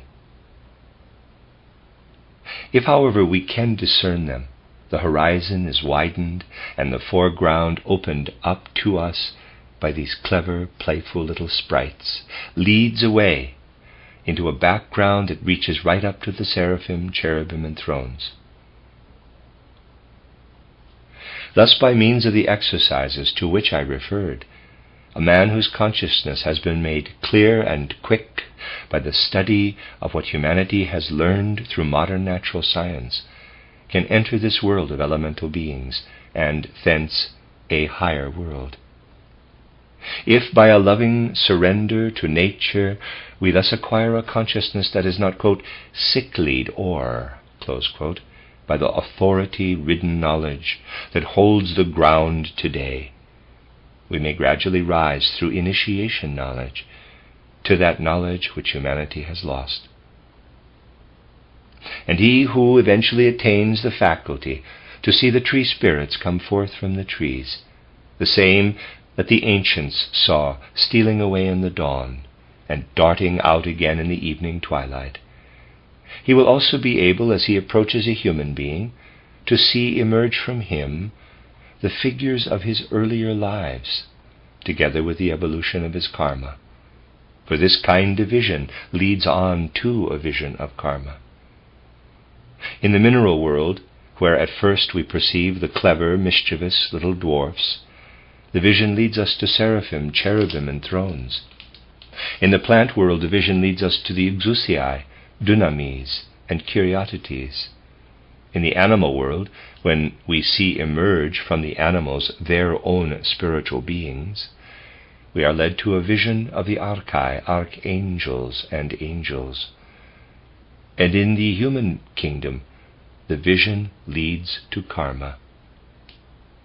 Behind the manifestations of the seraphim, cherubim, and thrones, behind all the other beings of the higher hierarchies, behind all the elemental nature spirits who startle us by their cleverness when they dart forth from the minerals, or who come to meet us with their gentle importunities from the plant world, behind all that comes from the animals, fierce, passionate, and violent as that may be at times, and also icy cold, behind all that stands here, so to speak, as a foreground, we face the overwhelming, the sublime manifestations of karma.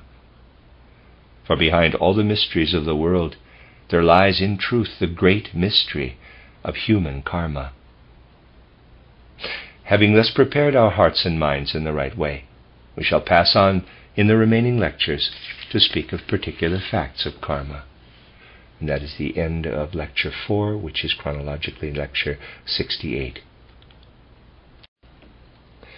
You are listening to RudolfSteinerAudio.com. This is a reading of Karmic Relationships, Esoteric Studies by Rudolf Steiner. This is Volume 8, the last volume in the series. I'm reading Lecture 5, which is chronologically Lecture 67 in the series. When we look back over the historical evolution of mankind and see how event follows event in the course of the ages, we are accustomed to regard these events as though we might find in more recent times the effects and results of earlier ages, as though we could speak of cause and effect in history in the same way as we do in connection with the external physical world. We are, however, bound to admit that when we do look at history in this way, nearly all of it remains unexplained. We shall not, for example, succeed in explaining the Great War simply as an effect of the events that took place from the beginning of the century until the year 1914. Neither shall we succeed in explaining the French Revolution at the end of the 18th century out of the events that preceded it. Many theories of history are put forward, but they do not carry us very far. And in the last resort, we cannot but deem them artificial. The truth is that the events in human history only become capable of explanation when we look at the personalities who play a decisive part in these events in respect of their repeated lives on earth. And it is also true that when we have given attention to this study for a considerable time, when we have observed the karma of historical personages as it shows itself in the course of their lives on earth, then and only then shall we acquire the right mood of soul to go into the matter of our own karma. Let us then today study karma as it shows itself in history. We will take a few historical personages who have done something or other that is known to us, and see how this deed or course of action may be traced from that which was written into their karma from their earlier incarnations. It will in this way become clear to us that the things that happen in one epoch of history have really been brought over by human beings from earlier epochs. And as we learn to take quite seriously, it is too often considered as mere theory, all that is said about karma and repeated earth lives, as we come to place it before us in precise and concrete detail, we shall be able to say, All of us who are sitting here have been on the earth many times before, and we have brought with us into this present earth life the fruits of earlier earth lives. It is only when we have learned to be quite earnest about this that we have any right to speak of the perception of karma as something that we know. But the only way to learn to perceive karma is to take the ideas of karma and put them as great questions to the history of man. Then we shall no longer say what happened in 1914 is the result of what happened in 1910, and what happened in 1910 is the result of what happened in 1900, and so on.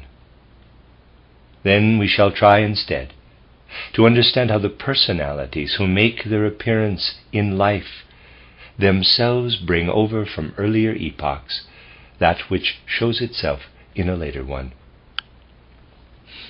It is only on this path that we shall arrive at a true and genuine study of history, beholding the external events against the background of human destinies. History sets us such a number of riddles, but many a riddle is cleared up if we set about studying it in the way I have described. People appear sometimes quite suddenly in history, shooting in, as it were, like meteors. You examine their education and upbringing, it affords no explanation whatever. You examine the age to which they belong. Again, you can find no clue to the problem of their appearance in this particular time. Karmic connections alone will afford the true explanation. I will speak of one or two such personalities who have lived in times not very far distant from our own, and whose lives readily suggest the double question: what were their circumstances in an earlier earth life, and what have they brought over from that earlier life that has made them as they are now? Or, again, let us take the case of personalities of an earlier age who lived a long time ago in the history of evolution. Here we are anxious to know when they came again to earth, and what sort of people they were in a later incarnation. If in an earlier life they attained to fame and renown, we ask ourselves, what did they become when they returned? We would like to be able to add other lives to the one of which we read in history. Perhaps they were historical characters a second time, or perhaps renowned in some other way.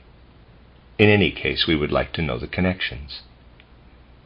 Now, connections of this kind are exceedingly difficult to investigate.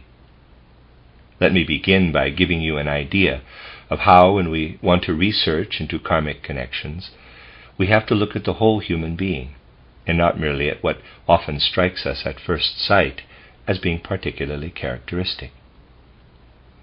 I should like here to give an example which may seem rather personal. I once had a geometry teacher whom I loved dearly. It was not difficult for me to love him because during my boyhood I was exceedingly fond of geometry. But this teacher was really quite unusual.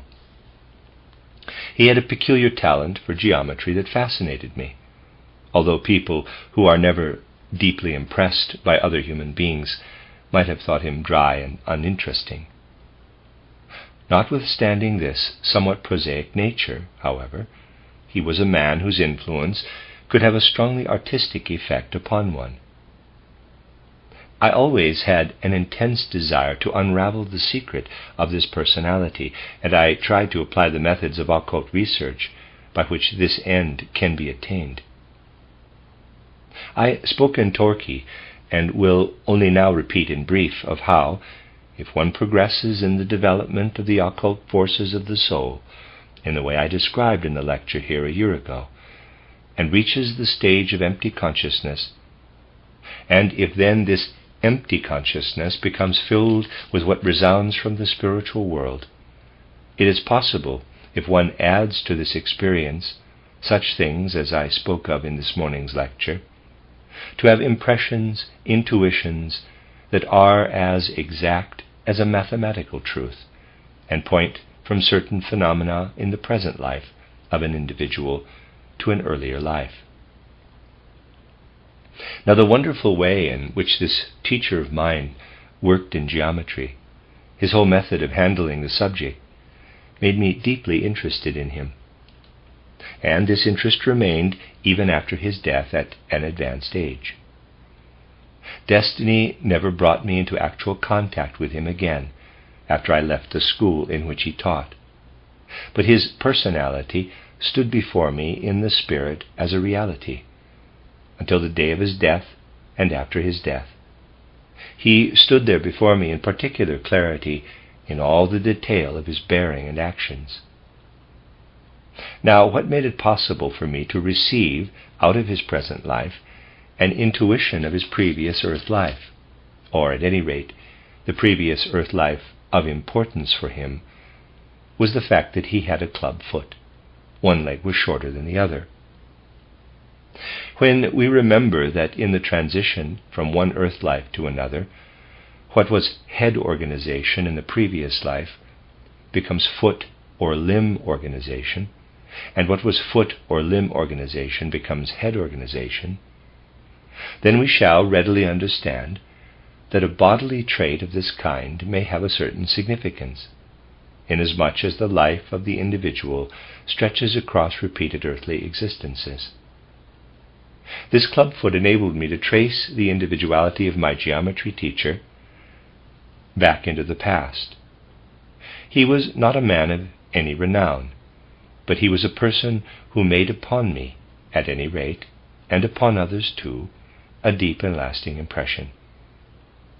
He had an extraordinarily strong influence upon many lives, and I was able to discover, starting from the fact of his clubfoot, that a study of his personality led one back to the very same place in history where one has to look for Lord Byron.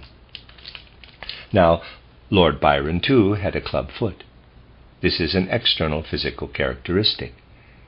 But what is external and bodily in one life is, in another, a quality of soul and spirit. And this characteristic led me to recognize that the two personalities who were not now contemporaries, for my geometry teacher lived later than Byron, had in an earlier earth life been together. In the modern age, they had lived as poet and geometrician, each a genius in his own line, the one becoming widely famous, the other making only upon a few individuals an intimate impression which influenced the shaping of their destinies. In an earlier life, however, in medieval times, they had been side by side. Together they had listened to the legend of the Palladium, the holy treasure that had once been in Troy, had then come over with Aeneas, and was regarded by Rome as the talisman upon which her fortunes depended. The Emperor Constantine afterward took it across to Constantinople, and the successes and happiness of Constantinople and its history depended on this Palladium. The legend, looking prophetically into the future, went on to say that whoever acquires the Palladium, his shall be the rulership of the world. This is not the time for me to enlarge upon the merits and content of the legend. I will only say that these two individuals, who were at that time incarnated in what is today called Russia, undertook together with warm enthusiasm the journey to Constantinople in search of the Palladium. They were not able to obtain possession of it, but they kept the enthusiasm alive in their hearts. And now we can actually see how Lord Byron resolved to go in search of the Palladium in another guise when he took part in the Greek struggle for freedom. If you study carefully the life of Lord Byron, you will find that a great deal in this gifted poet is due to the fact that in an earlier earth life he had been spurred on by enthusiasm for such an enterprise.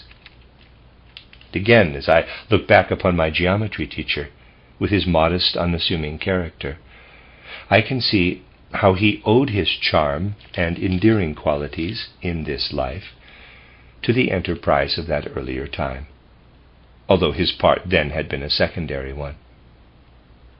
Had he taken an equal share in it with the individuality who became Lord Byron, he would have been a contemporary of his again in the later life. I bring this example before you in order that you may realize that we have to look at the whole human being if we want to investigate karmic connections. We have even, for example, to note bodily defects or deformities. If we find that a person has some distinguishing talent of a spiritual kind in one earth life, let us say has been a great painter, we must not draw the abstract conclusion that he was a great painter in his former earth life. What we see on the surface are only the waves thrown up by karma, which flows in deeper waters below and has to do with body, soul, and spirit. We must take the whole life into the horizon of our vision. It will frequently happen that little characteristic actions of a person, such as the way he moves his fingers, will lead the way to karmic connections far sooner than any outstanding activities he may have undertaken, and that are from every other aspect of more consequence.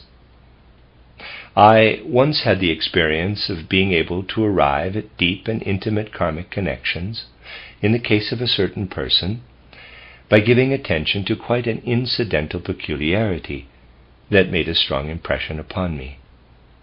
He used to give lessons in a school, and on every occasion, before beginning his lesson, he took out his pocket handkerchief and blew his nose.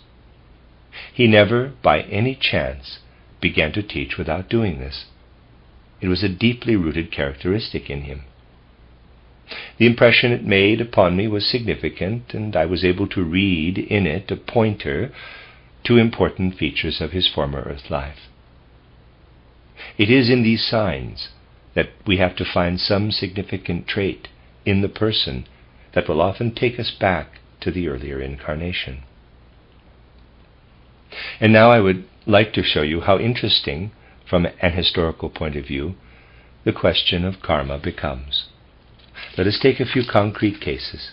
For example, the case of Swedenborg, who appears in such a striking way in the 18th century. Last year I spoke of him in Penmanmar from quite a different standpoint. Footnote, see Lecture 7, The Evolution of Consciousness, Rudolf Steiner Press, 1966, end of footnote. I spoke then of his spiritual qualities, but I did not touch upon his karma. Swedenborg is a very remarkable figure. Until he was more than 40 years old, he was a great and notable scholar, of such repute that the Swedish Academy of Science is even now still occupied in bringing out the numerous scientific works he left behind, purely scientific works. When we know that Arrhenius, for example, has concerned himself with their publication, we shall conclude that they must be unspiritual in the very highest degree. Otherwise, Arrhenius would scarcely interest himself in them. Nobody could say that up to his 40th year, Swedenborg had anything whatever to do with spiritual matters in his knowledge and learning. Then, all of a sudden, he began, as the scientists put it, to go crazy, to give out imposing and magnificent descriptions of the spiritual world as he had seen it. It was something entirely new in Swedenborg's life, shooting in like a comet. We ask ourselves, what can there have been in an earlier earth life to produce such a result? Or, again, take a personality like Voltaire. I am choosing a few great personalities whose lives leave us with unanswered questions. Voltaire is one who may be called an absolutely incommensurable person. We are puzzled to know how this strange character, now scornful and contemptuous, now pious, not to say unctuous, could grow up as a product of his age. Or again, how he could have the tremendous influence he did have upon it. With what irony does destiny work?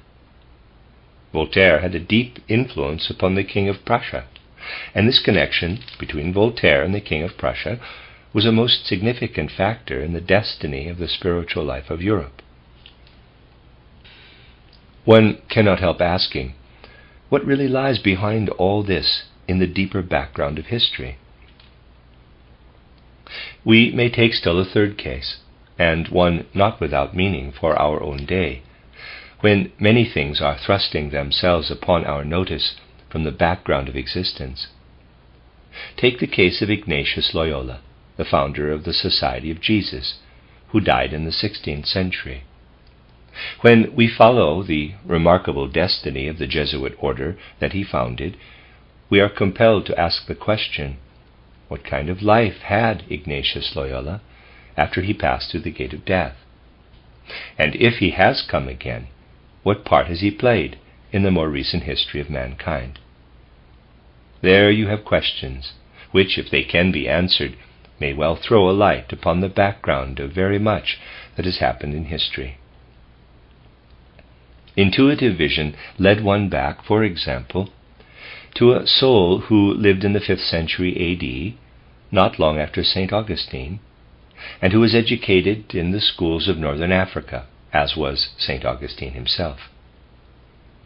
In these schools, the personality of whom I am speaking became acquainted with all that proceeded from the Manichaean wisdom and from the wisdom of the East, which had, of course, undergone such great changes in a later age.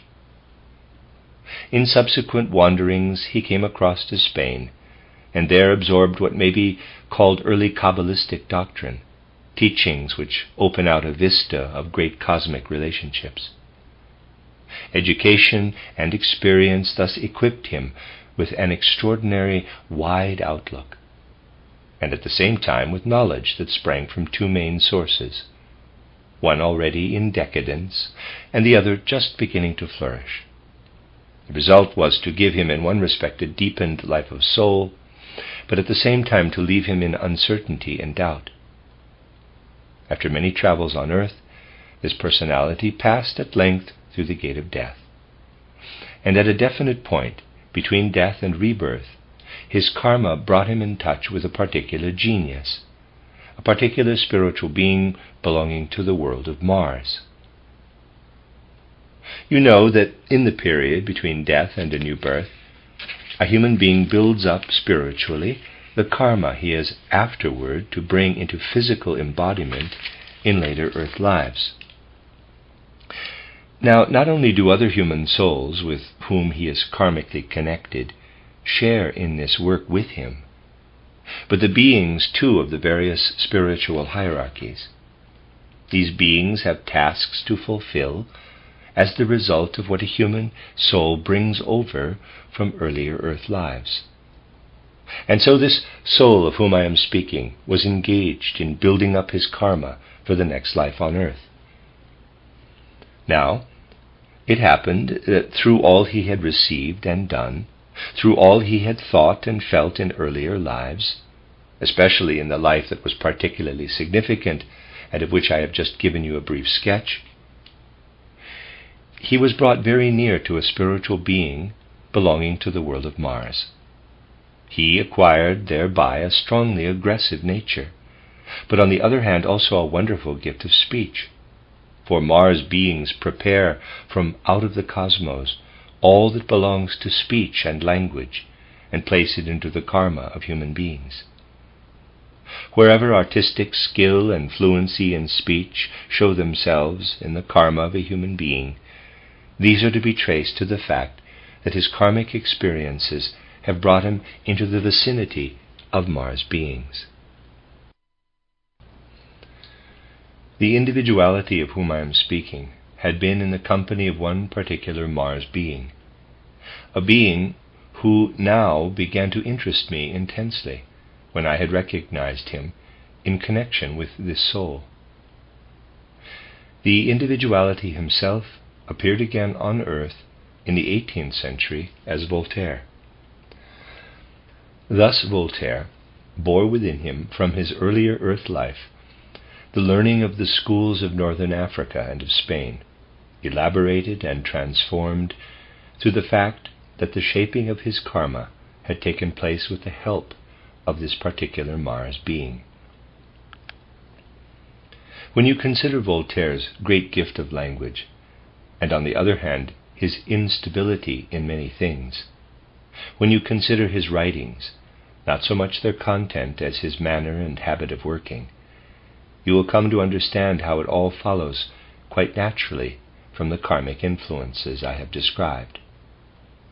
And when we observe how Voltaire comes over from his earlier earth life with his aggressiveness, his fluency of language, his power of satire, his only partially concealed lack of integrity, yet at the same time his genuine and ardent enthusiasm for truth, when we study all this in connection first with his former incarnation and then with his association with the Mars being, the personality of Voltaire, and still more from an occult point of view, this Mars being, will begin to be of great interest to us. It was my task at one time to follow this Mars being, and through this being, certain events on earth received great illumination. We meet in history with the remarkable figure of Ignatius Loyola, the founder of the Society of Jesus. Ignatius Loyola was, to begin with, a soldier. He was stricken with a severe illness, and in the course of it was inwardly impelled to carry out all kinds of soul exercises, which were the means of filling him with such spiritual strength that he became able to set himself the task of rescuing the old Catholic Christianity from the spread of evangelicalism. And thanks to the forces he had acquired through having a wounded leg, that is the interesting point, he succeeded in founding the Order of the Jesuits, which introduces occult practices of the will in a most powerful manner into practical religious life. What we may think of this from other points of view is not here our concern. Ignatius Loyola, in establishing the Jesuit order, sought to represent the cause of Jesus on earth on a grand scale, in a purely material way, through the training of the will. Anyone who studies the remarkable life of Ignatius Loyola cannot fail to conceive a certain admiration for it. And now, if we pursue the matter further with the occult insight of intuition, we come to something very significant. Ignatius Loyola was the means of starting the Jesuit order, which has done more than anything else to bring Christianity right down into the earthly material life, accompanied, however, with a strong spiritual power. The Jesuit order has one rule, which goes altogether against the grain in men of the present age, but which, notwithstanding, has contributed more to its effectiveness than any other factor. Besides the usual monastic vows, besides the exercises, besides everything else that a candidate has to undergo before he can become a priest, the Order of the Jesuits has, in addition, this rule, namely, that there shall be unconditional subjection to the command of the Pope of Rome. Whatever the Pope orders to be done, it is never asked in the Jesuit order what opinions there may be about it. It is simply carried out, because the Jesuits are convinced that higher things of the Spirit make themselves known through the Pope, and that it behooves them in unconditional obedience to Rome to carry out the commands of this higher authority. A doubtful and precarious rule.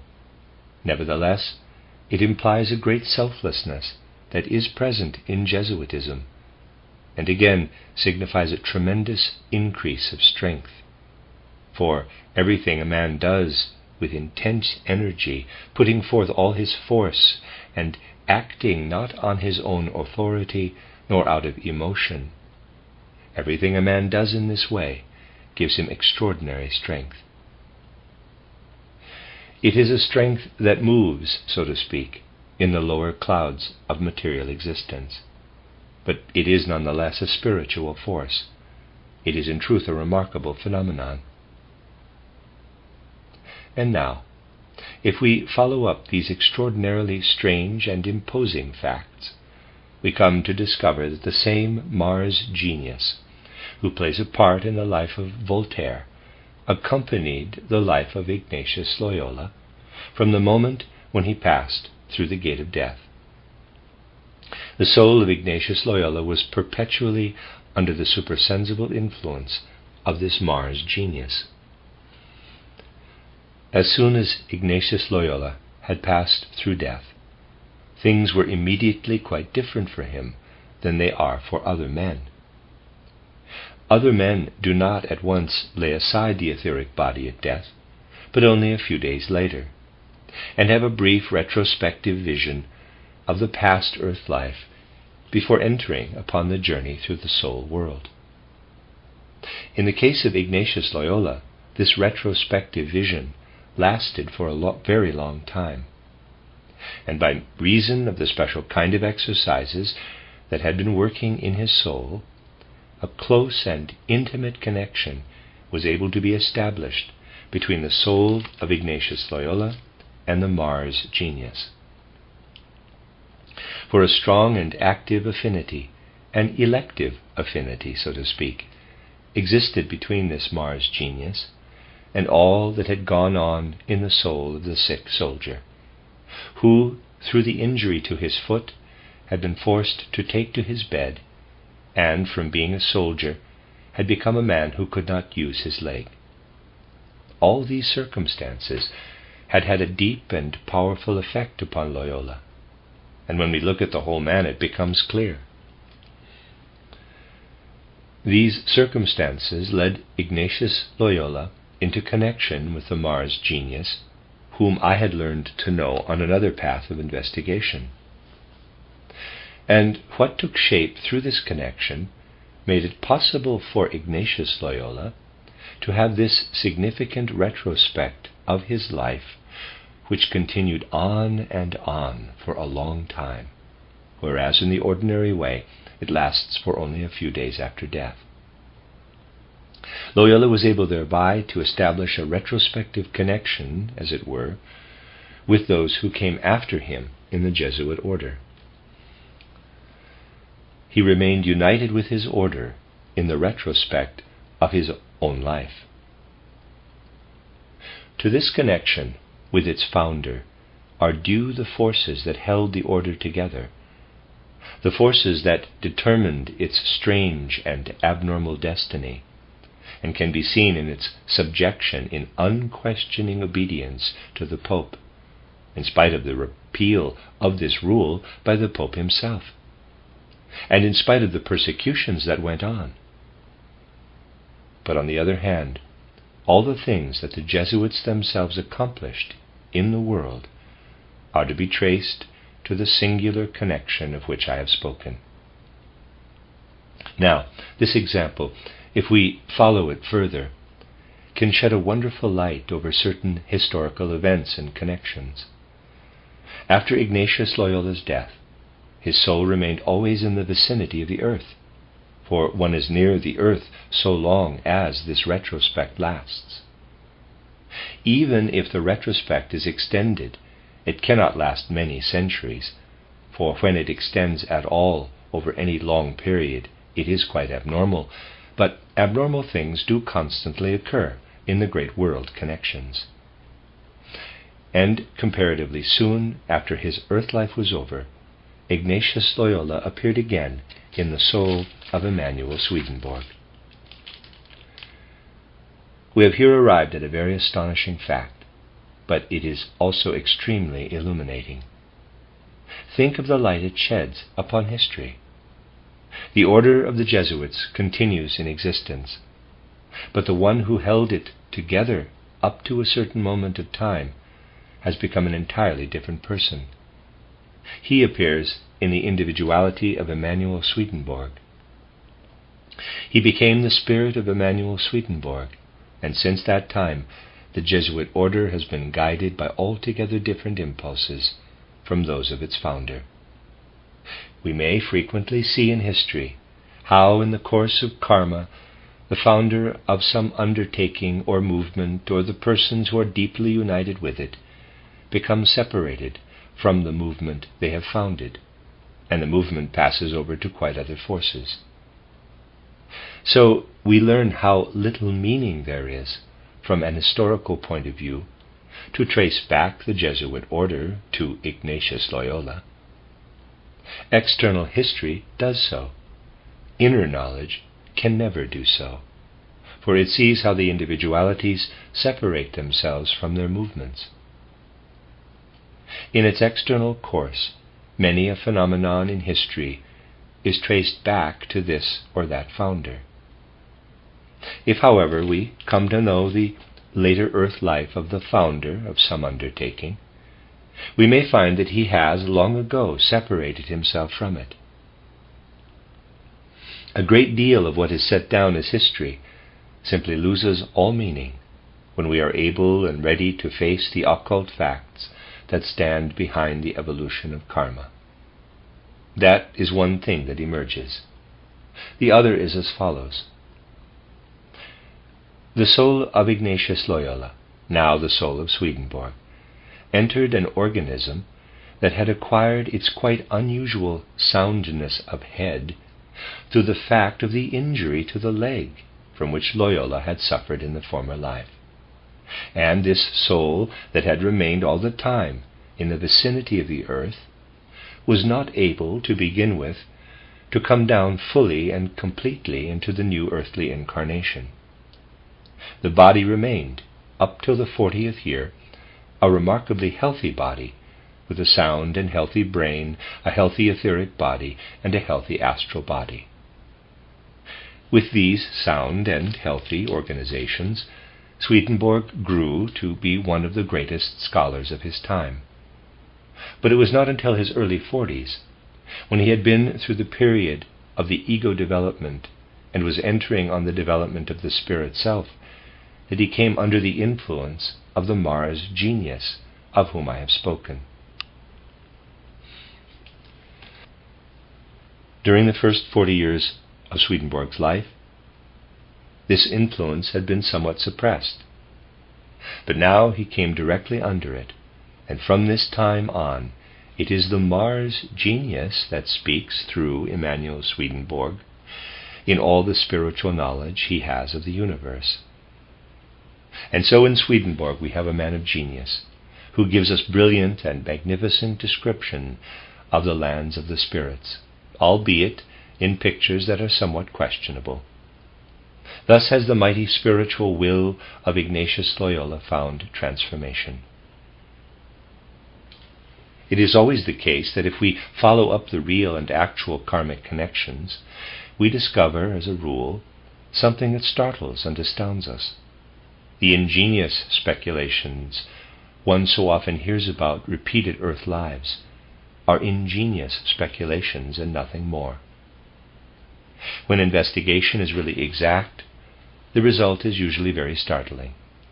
For the evolution of karma that moves forward from earth life to earth life is hidden deep, deep down below all that is experienced and lived out by man between birth and death. I wanted to give you this example in order that you may see how deeply may be hidden that which flows in karma from earth life to earth life. We have seen it in a personality who is well known to us all. Only by investigating these hidden factors shall we arrive at the true explanations. And if you now study the life of Emanuel Swedenborg, knowing the connections of which I have told you, you will find how things become clear to you, one after another. In the early years of this century, I was several times in London. On the occasion of one of these visits, I was prompted to make myself acquainted with an extraordinarily significant personality, to begin with, simply in his writings. And as in those days there were rather longer intervals between the journeys than there are now, I obtained from the Theosophical Library the books he had written, the books, that is to say, of Laurence Oliphant. Laurence Oliphant is a remarkably interesting and significant personality.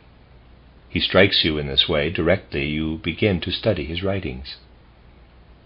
These books deal with the similarities to be found in different religions, with spiritual religions and so forth.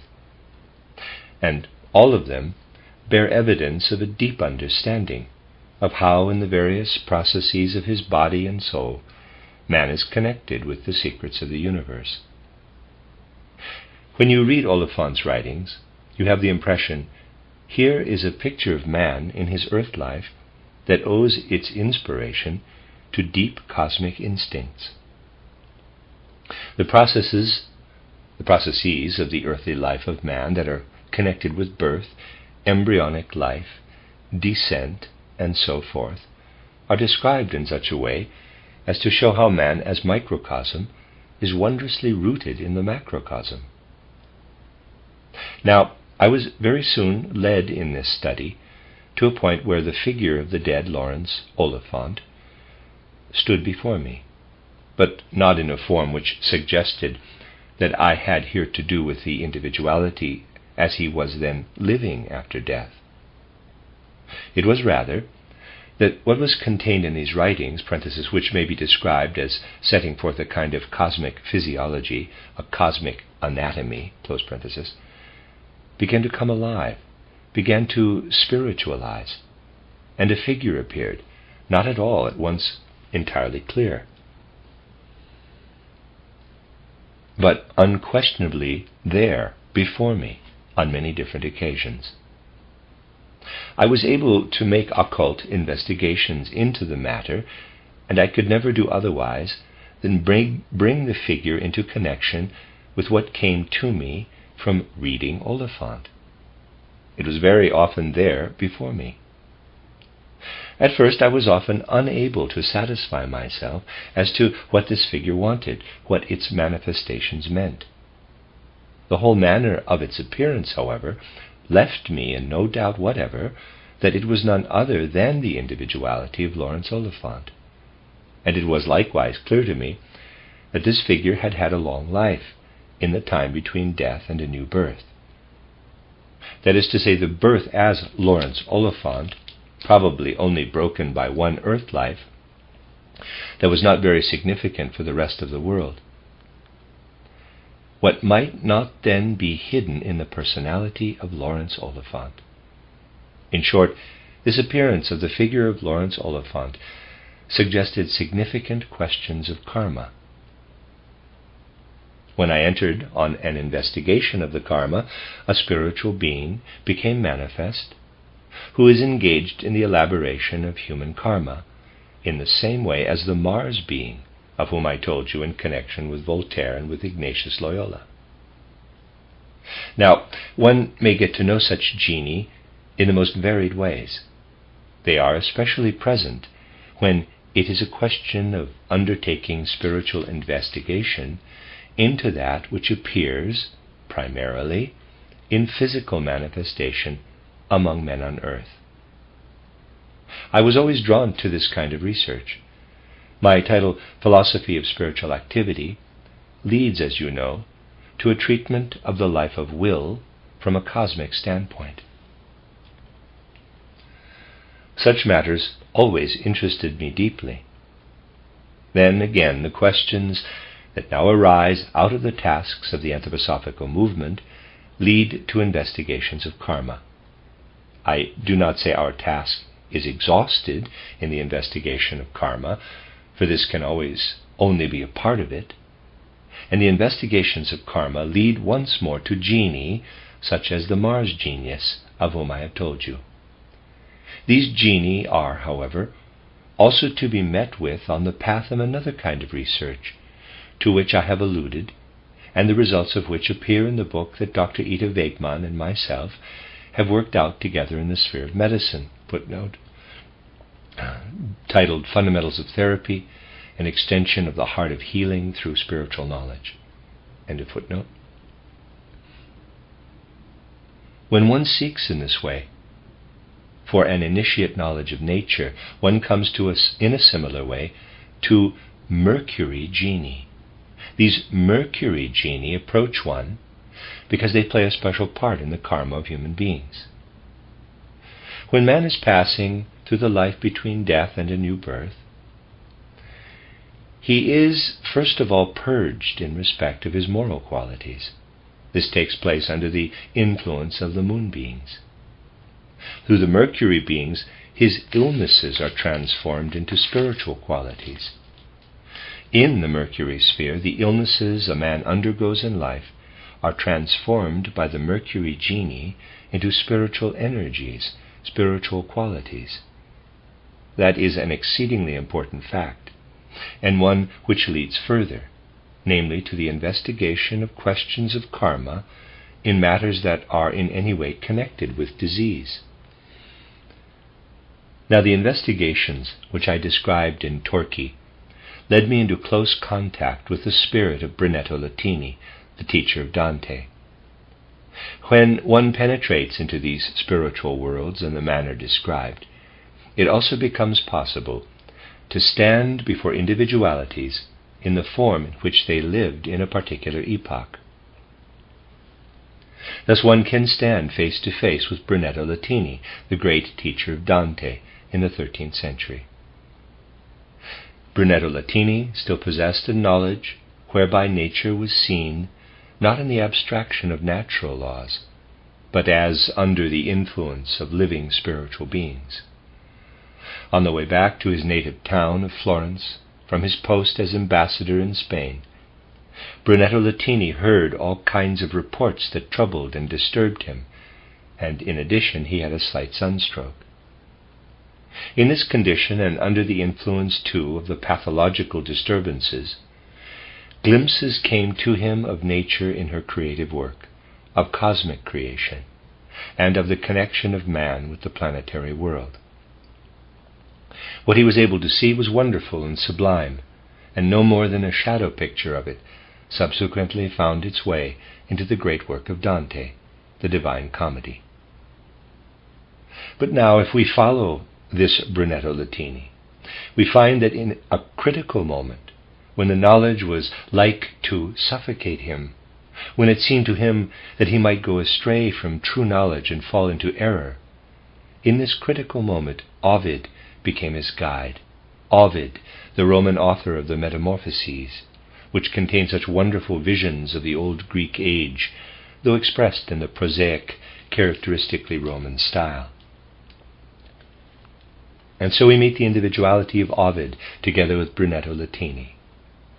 If we have a true grasp of the connection, we can see Brunetto Latini in the pre-Dante time, actually together with Ovid. Ovid is with him. And now, precisely in connection with the scientific medical researches of which I was speaking, Ovid revealed himself as Laurence Oliphant.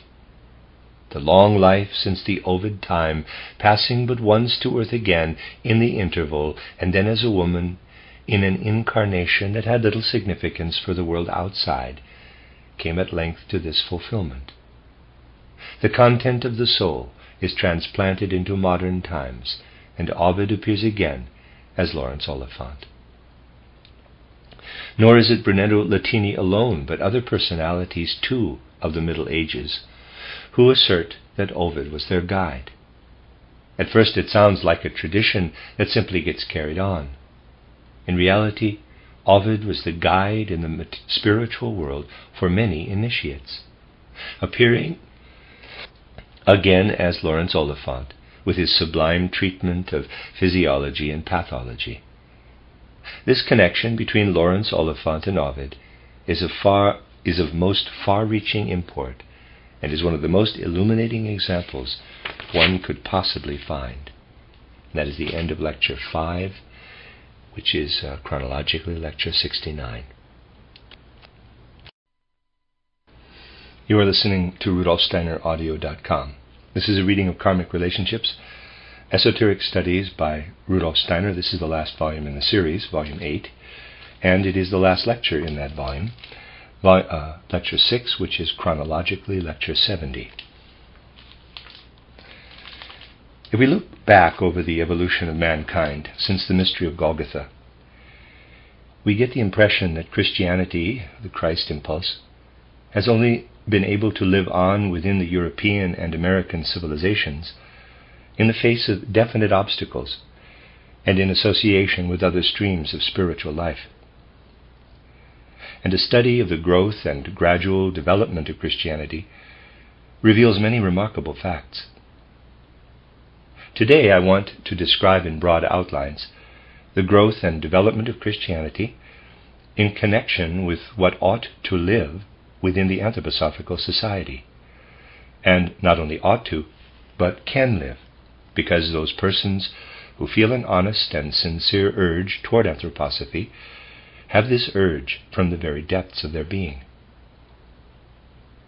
If we take the facts of repeated earthly lives in all seriousness, we shall say, this inner urge to get away from the conceptions and habits of thought of those among whom life, education, and social relationships have placed us, this urge that we feel to enter a stream of thought which really makes claims upon our life of soul, must have its origin in karma, in the karma coming from earlier lives on earth. Now, if we study the question of karma in connection with those personalities who find themselves together in the anthroposophical movement, it transpires that, without exception, before their present earthly life, they have had one other important incarnation since the mystery of Golgotha. They were already on earth once, since the time of the mystery of Golgotha, and are now there for the second time since that event. And then the great question arises, how has the previous earthly life, with respect to the mystery of Golgotha, worked upon these personalities, who now, out of their karma, feel the urge to enter the Anthroposophical movement? Even from exoteric study, we find that men standing as firmly within the stream of Christianity itself as St. Augustine have said, quote, Christianity did not begin with Christ. There were Christians before Christ, only they were not so called. Close quote. This is what St. Augustine says.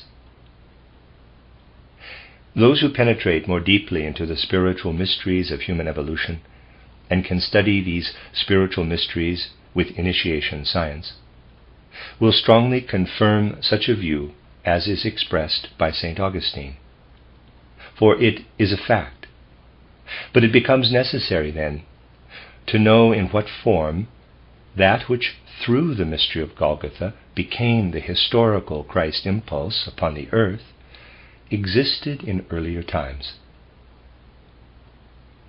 Today I can speak of this earlier form of Christianity by starting from impressions which came in a place not far distant from Torquay, where our summer course has been held, in Tintagel, whence proceeded the spiritual stream connected with King Arthur.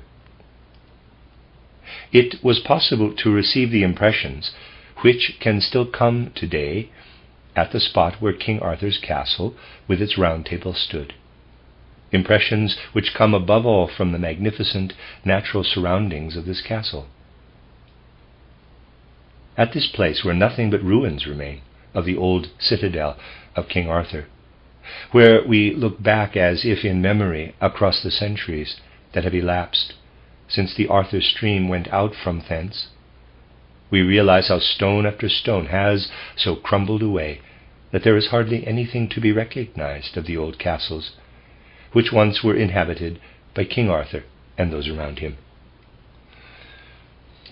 But when, with the eye of spirit, EYE, we look out from the place where the castle once stood, over the sea with its iridescent colors and breaking waves, the impression we get is that we are able at this place to penetrate deeply into the elemental secrets of nature and of the cosmos. And if we look back with occult sight, if we can visualize the point of time which lies a few thousand years ago, when the Arthur stream had its beginning, then we see that those who lived on Arthur's Mount had, as is the case with all such occult centers, chosen this spot because the impulses necessary for the tasks they had set themselves, for their mission in the world, needed the play of those forces which nature there displayed before them. I cannot say whether it is always so, but when I saw the view there was a most wonderful play of waves surging and rippling up from the depths, in itself one of the most beautiful sights in all nature. These waves hurl themselves against the walls of rock, and as they fall back again in seething foam, the elementary spirits who are able to rise up from below and come to living expression. From above, the sunlight is reflected in manifold forms in the waves of the air. This interplay of elemental nature from above and from below reveals the full power of the sun and displays it in such a way that man is able to receive it into his being. Those who can imbibe what is given by this interplay of the beings born of the light above and the beings born in the depths below receive the power of the sun, the impulse of the sun. It is a moment in which man can unfold what I will call piety. Piety in the pagan sense. Christian piety is not the same as pagan piety, which means inner surrender to the gods of nature, working and weaving everywhere in the play of nature. Those who lived around King Arthur absorbed this play of weaving, working nature into their very being. And most significant of all was what they were able to receive in the first centuries after the mystery of Golgotha. I want to tell you today about the character of this spiritual life that was connected with such centers as that of King Arthur's Round Table. And I must begin by speaking of something that is known to you all. When a human being dies, he leaves his physical body and still has his etheric body around him for a few days. After these few days have elapsed, he lays aside his etheric body and lives on then in his astral body and ego. What happens thus to the man who has passed through the gate of death appears to the eye of vision as if the etheric being were dissolving. After death, the etheric human being expands and expands, his actual form becoming more and more indefinite as he weaves himself into the cosmos. A remarkable phenomenon, and the exact opposite of this other, occurred in the world historic sense when the mystery of Golgotha took place. What was it that happened then? Up to that time, Christ had been a sun being, had belonged to the sun. Before the mystery of Golgotha had come to pass, the knights of King Arthur's Round Table stood on these rocks, gazed at the play between the sun-born spirits and the earth-born spirits, and felt that the forces living in this play of nature spirits poured into their hearts, and above all through their etheric bodies. Therewith they received into themselves the Christ impulse, which was then streaming away from the sun and was living in everything that is brought into being by the sun forces. And so, before the mystery of Golgotha, the knights of King Arthur received into themselves the sun spirit, that is to say, the Christ as he was in pre-Christian times. And they sent their messengers out into all Europe to subdue the wild savagery of the astral bodies of the peoples of Europe, to purify and to civilize, for such was their mission. We see such men as these knights of King Arthur's Round Table, starting from this point in the west of England, to bear to the peoples of Europe, as they were at that time, what they had received from the sun, purifying the astral forces of the then barbarous European population, barbarous at all events in Central and Northern Europe. Then came the mystery of Golgotha. What happened in Asia? Over yonder in Asia, the sublime sun being, who is later known as the Christ, left the sun. This betokened a kind of death for the Christ being. He went forth from the sun as we human beings go forth from the earth when we die. And as a man who dies leaves his physical body behind on the earth, and his etheric body, which is laid aside after 3 days, is visible to the seer, so Christ left behind him in the Son that which in my book Theosophy is called, in quotes, spirit man, the 7th member of the human being. Christ died to the Son.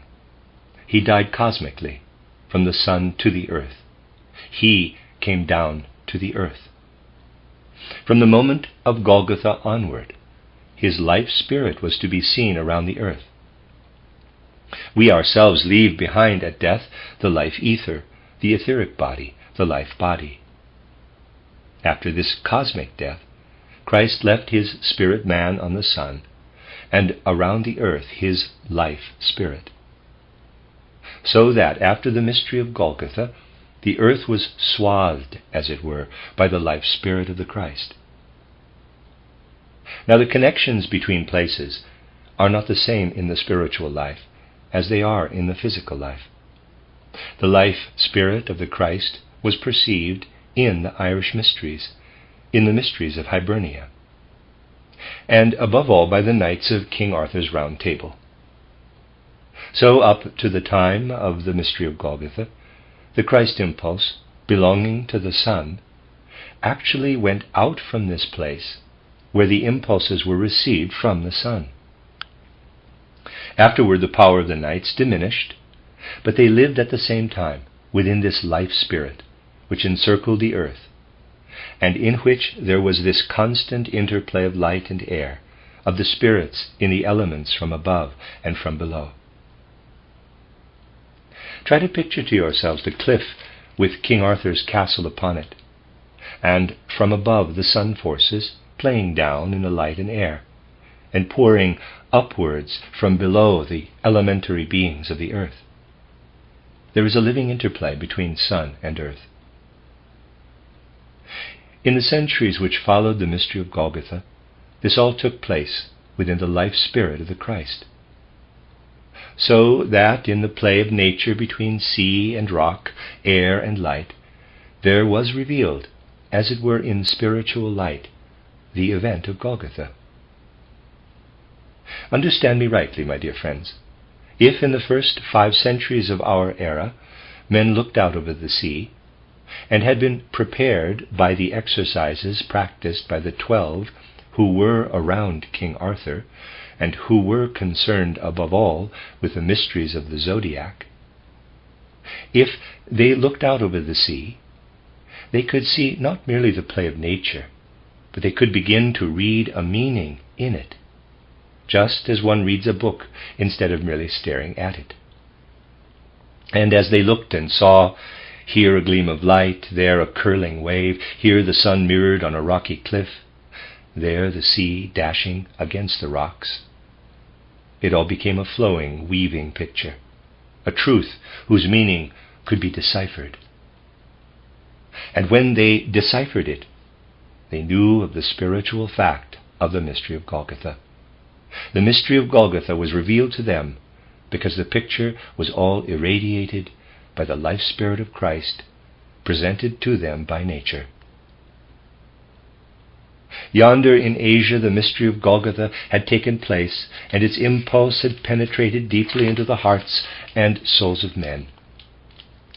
We need only think of those who became the first Christians to realize what a change had come about in their souls. While all this of which I have been telling you was happening in the West, the Christ himself, the Christ who had come down to earth, leaving his spirit man on the sun and his life spirit in the atmosphere around the earth, bringing down his ego and his spirit self to the earth, the Christ was moving from east to west in the hearts of men, through Greece, northern Africa, Italy, Spain, across Europe. The Christ worked here in the hearts of men, while over in the West he was working through nature. And so on the one hand, we have the story of the mystery of Golgotha, legible in the book of nature, for those who were able to read it, working from west to east. It represented, as it were, the science of the higher graduates of King Arthur's Round Table.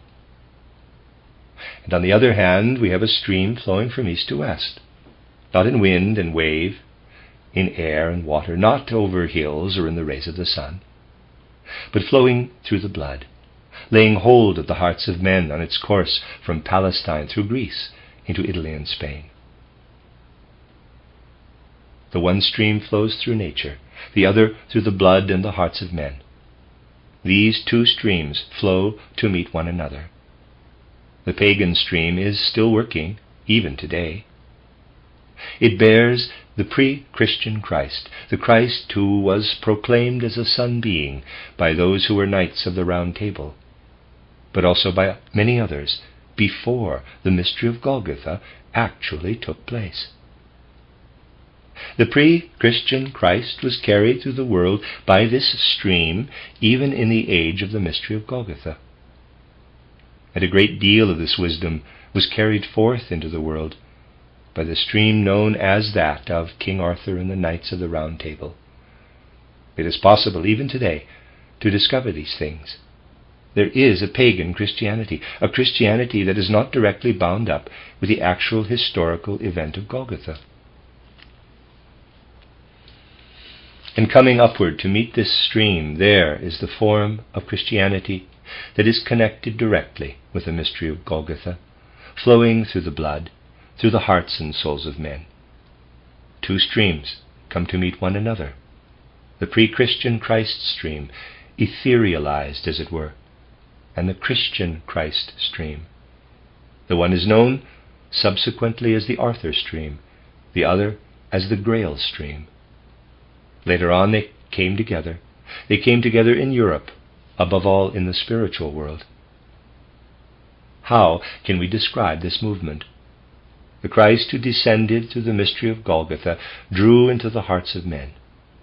In the hearts of men he passed from east to west, from Palestine through Greece, across Italy and Spain. The Christianity of the Grail spread through the blood and the hearts of men. The Christ took his way from east to west. And to meet him from the west, there came the spiritual, etheric image of the Christ, the image evoked by the mystery of Golgotha, but still picturing the Christ of the Sun mysteries. Behind the scenes of world history, sublime and wonderful events were taking place. From the west came pagan Christianity, the Arthur Christianity, also under other names and in another form. From the east came the Christ in the hearts of men. And then the meeting takes place, the meeting between the Christ who had himself come down to earth and his own image, which is brought to him from west to east. This meeting took place in the year 869 A.D. Up to that year we have two streams clearly distinct from one another. The one stream, more in the north, passed across Central Europe and bore the Christ as a sun hero, whether the name were Baldur or some other. And under the banner of Christ, the sun hero, the Knights of Arthur spread their culture abroad. The other stream, rooted inwardly in the hearts of men, which later on became the Grail stream, is to be perceived more in the south, coming from the east. It bears the real Christ, the Christ himself. The other stream brings to meet it from the west a cosmic image of the Christ. This meeting of Christ with himself, of Christ the brother of humanity, with Christ the sun hero, who is there only, as it were, in an image. This meeting of Christ with his own image took place in the 9th century.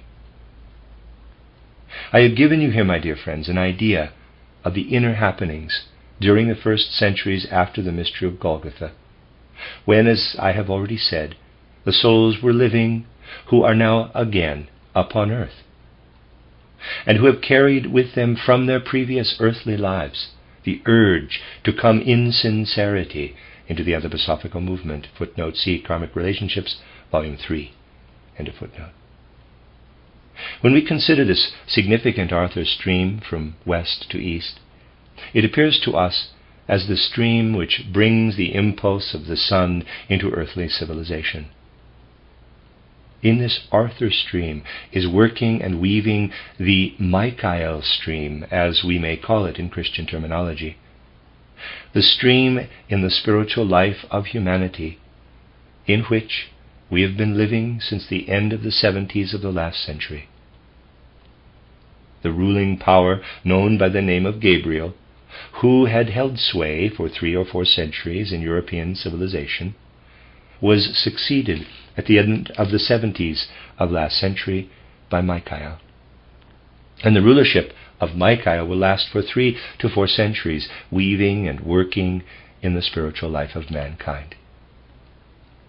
And so we have good cause at the present time to speak of the Michael streams, for we ourselves are living once again in an age of Michael.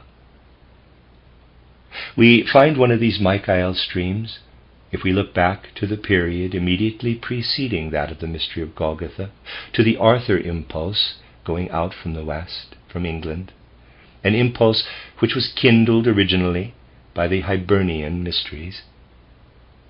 And we find a still more ancient form of this Michael stream if we look back to what happened centuries before the mystery of Golgotha, when, taking its start from northern Greece, in Macedonia, the international cosmopolitan stream connected with the name of Alexander the Great arose under the influence of the conception of the world that is known as the Aristotelian.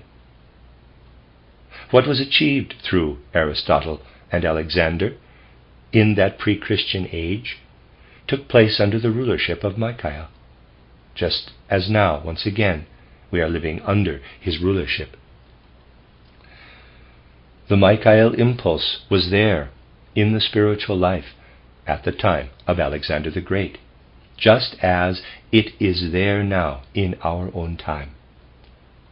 Whenever a Michael impulse is at work in humanity upon the earth, it is always a time when that which has been founded in a center of spiritual culture spreads abroad among many peoples of the earth and is carried into many regions wherever it is possible to carry it. This came to pass in pre-Christian times through the campaigns of Alexander. The achievements of Greek culture were spread among men wherever this became possible. If one had asked Alexander and Aristotle, "Whence comes your impulse to spread abroad the spiritual culture of your age?" they would have spoken, though under a different name, of that same being, Michael, who works from the sun as the servant of Christ. For among the archangels, who in turn rule over civilization, Michael belongs to the sun. Michael was ruler in the time of Alexander, and is ruler again in our own time. The next ruling archangel was Raphael, who belongs to Saturn. His successor, the archangel Anael, belongs to Venus, while Zachariel, the archangel who ruled civilization in the 4th and 5th centuries, belongs to the sphere of Jupiter.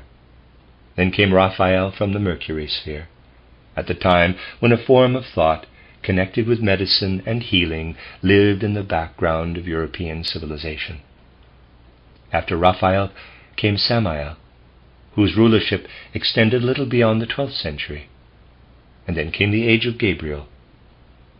Samael belongs to Mars, Gabriel to the moon, and Gabriel was once again succeeded by Michael, who belongs to the sun sphere, in the 70s of the 19th century. Thus, in rhythmic succession, these 7 beings of the hierarchy of the archangels rule over the spiritual life of the earth. And so, as we look back, when was the last rulership of Michael? It was in the Alexander period.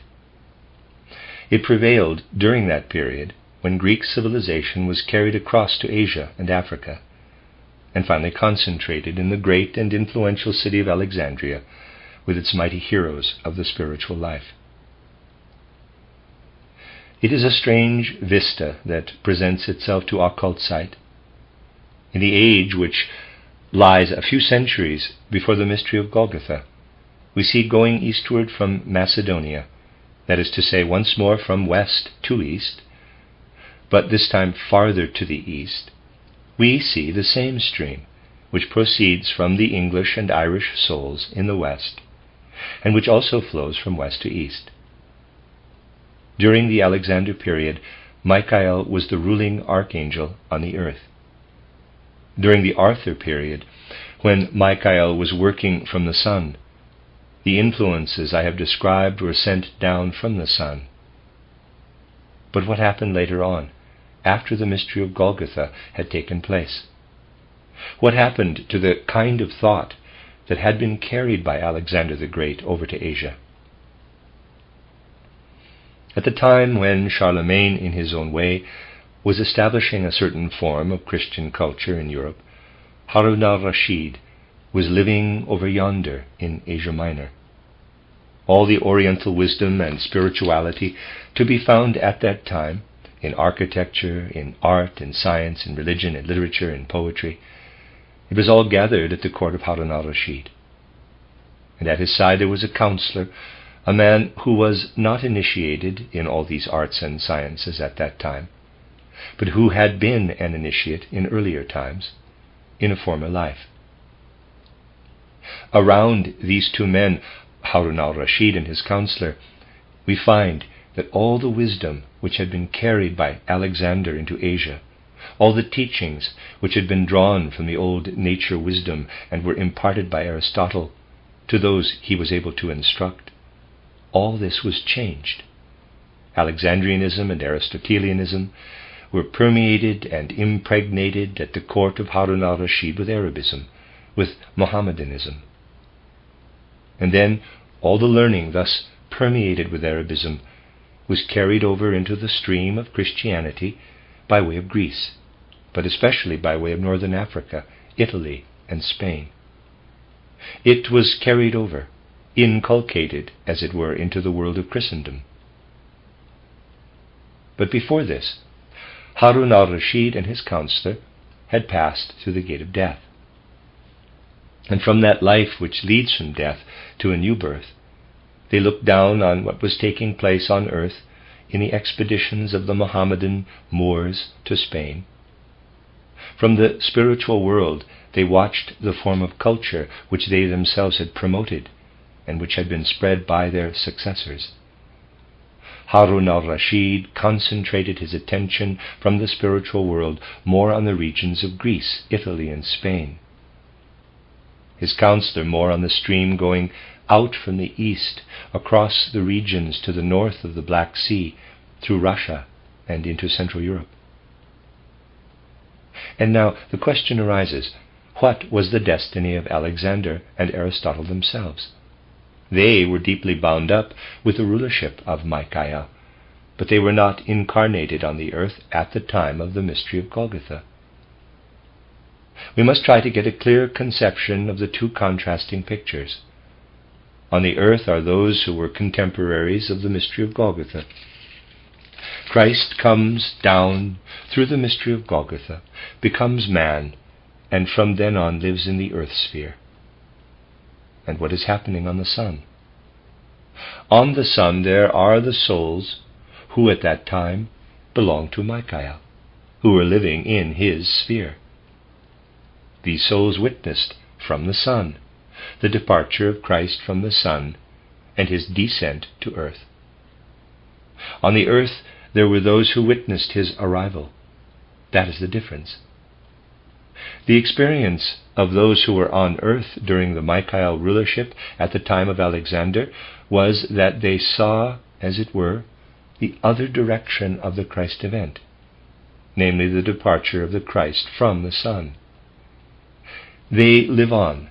I will not now mention unimportant incarnations, and they experience in the spiritual world that significant point of time in the 9th century, about the year 869, when there took place the meeting of the Christ with his own image, with his own life spirit brought over from pagan, pre-Christian Christianity. Another meeting also took place in the spiritual world, a meeting of the individualities living in Alexander the Great and in Aristotle with the individualities who had lived in Harun al-Rashid and his counselor. The wisdom from Asia, in a Mohammedanized form, living in Harun al-Rashid and his counselor after their death, came into contrast in the spiritual world with Alexander and Aristotle. On the one side, Aristotelianism and Alexandrianism, but impregnated with Mohammedanism, and on the other, the real Aristotle and the real Alexander, not a weakened form of their teachings. Alexander and Aristotle had witnessed the mystery of Golgotha from the sun. Then a great spiritual exchange, a great heavenly council, if one may call it so, took place in the spiritual world between Mohammedanized Aristotelianism and Christianized Aristotelianism, which had, however, been imbued in the spiritual world with the Christian impulse. In the spiritual world which borders on our physical earth, it was here that Alexander and Aristotle met with Harun al-Rashid and his counselor, and consulted together as to the further progress of Christianity in Europe, with an eye to what should come at the end of the 19th century and in the 20th century, when Michael would again have the rulership on earth. This all took place in the light raying from that other event, namely the meeting of Christ with his own image. That heavenly council was permeated by the influence of this meeting, and the lines, the threads of the spiritual life of humanity were projected with great intensity in the spiritual world which borders on the physical earth. Below, in the earth itself, the Church Fathers gathered together in Constantinople at the 8th Ecumenical Council, where they formulated the dogma that man does not consist of body, soul, and spirit, but only of body and soul, the soul possessing certain spiritual attributes. Trichotomy, the definition of man as body, soul, and spirit, was done away with, and anyone who persisted in believing it was declared to be a heretic. The Christian Fathers in Europe never spoke of body, soul, and spirit, but only of body and soul. The decisive event which took place in the year 869 in the supersensible worlds, as I have described it, cast its shadows down into the earthly world. The Dark Age, the Kali Yuga, received a special impetus, while what I have just described was taking place above, in the spiritual world. Such was the real course of events. In the physical world, the Council of Constantinople, which eliminated the spirit, and in the world immediately bordering on the physical, a heavenly council such as I have described, coinciding with the meeting of Christ himself with his own image. But it was known that it was a question of waiting until the new Michael age had dawned on earth. There were, nonetheless, always a few teachers who knew, even though in a somewhat decadent way, something of what takes place behind the veils of existence. There were always teachers who knew how to present, if not always in very apt pictures, the spiritual content of the world, who could speak of what was happening in the spiritual world that is so near to the earth. And here and there these teachers found ears willing to listen to them. Their listeners were men who learned something of true Christianity by catching here and there fragmentary words as to what would become in the 20th century, after the Michael rulership had begun once again. If in you yourselves, my dear friends, are the souls who were in incarnation at that time, and listened to those who spoke of the coming age of Michael, and whose speech was influenced by impulses coming down from the heavenly council of which I have told you, from these experiences of a previous life in the early Christian centuries, not precisely the 9th century, but before and after, chiefly before, arose the subconscious urge, when the Michael rulership should be there once more, from the end of the 19th century onward, to look for centers where the spiritual life is again cultivated under the influence of Michael. This impulse was rooted in the souls of those who had once heard of the teachings, who knew something of the mysteries of which we have spoken today. And so the karmic urge lives in souls to find their way to that form of Christianity which was to be spread by anthroposophy under the influence of Michael at the end of the 19th and beginning of the 20th centuries. What these souls had experienced in earlier times expresses itself in this incarnation, in the fact that certain of them find their way to the anthroposophical movement. Knowledge resulting from a converging of old pre-Christian cosmic Christianity with inward Christian doctrines, teachings which were connected with the spiritual workings of nature, and yet also with the mystery of Golgotha, continued to be taught on earth at the time when those souls who now in this later incarnation feel themselves drawn to anthroposophy had passed through the gates of death and were living in the spiritual world between death and a new birth. Some of them indeed came down to incarnation on the earth. The ancient teachings, with their cosmic view of Christianity, lived on, propagating traditions of the mysteries of antiquity. This knowledge lived on in schools in Europe, like that of Chartres in the 12th century, with its great teachers, Bernardus Silvestris, Alanus ab Insulis, and others. And the teachings lived and worked too in the great teacher of Dante, Brunetto Latini, of whom I spoke to you in the last lecture. In this way we see how there is a continuation of the knowledge in which there was still connection between cosmic Christianity and the purely human, earthly Christianity, which more and more gained the supremacy on earth. The council held in Constantinople was an earthly shadow image of something that took place in the spiritual world.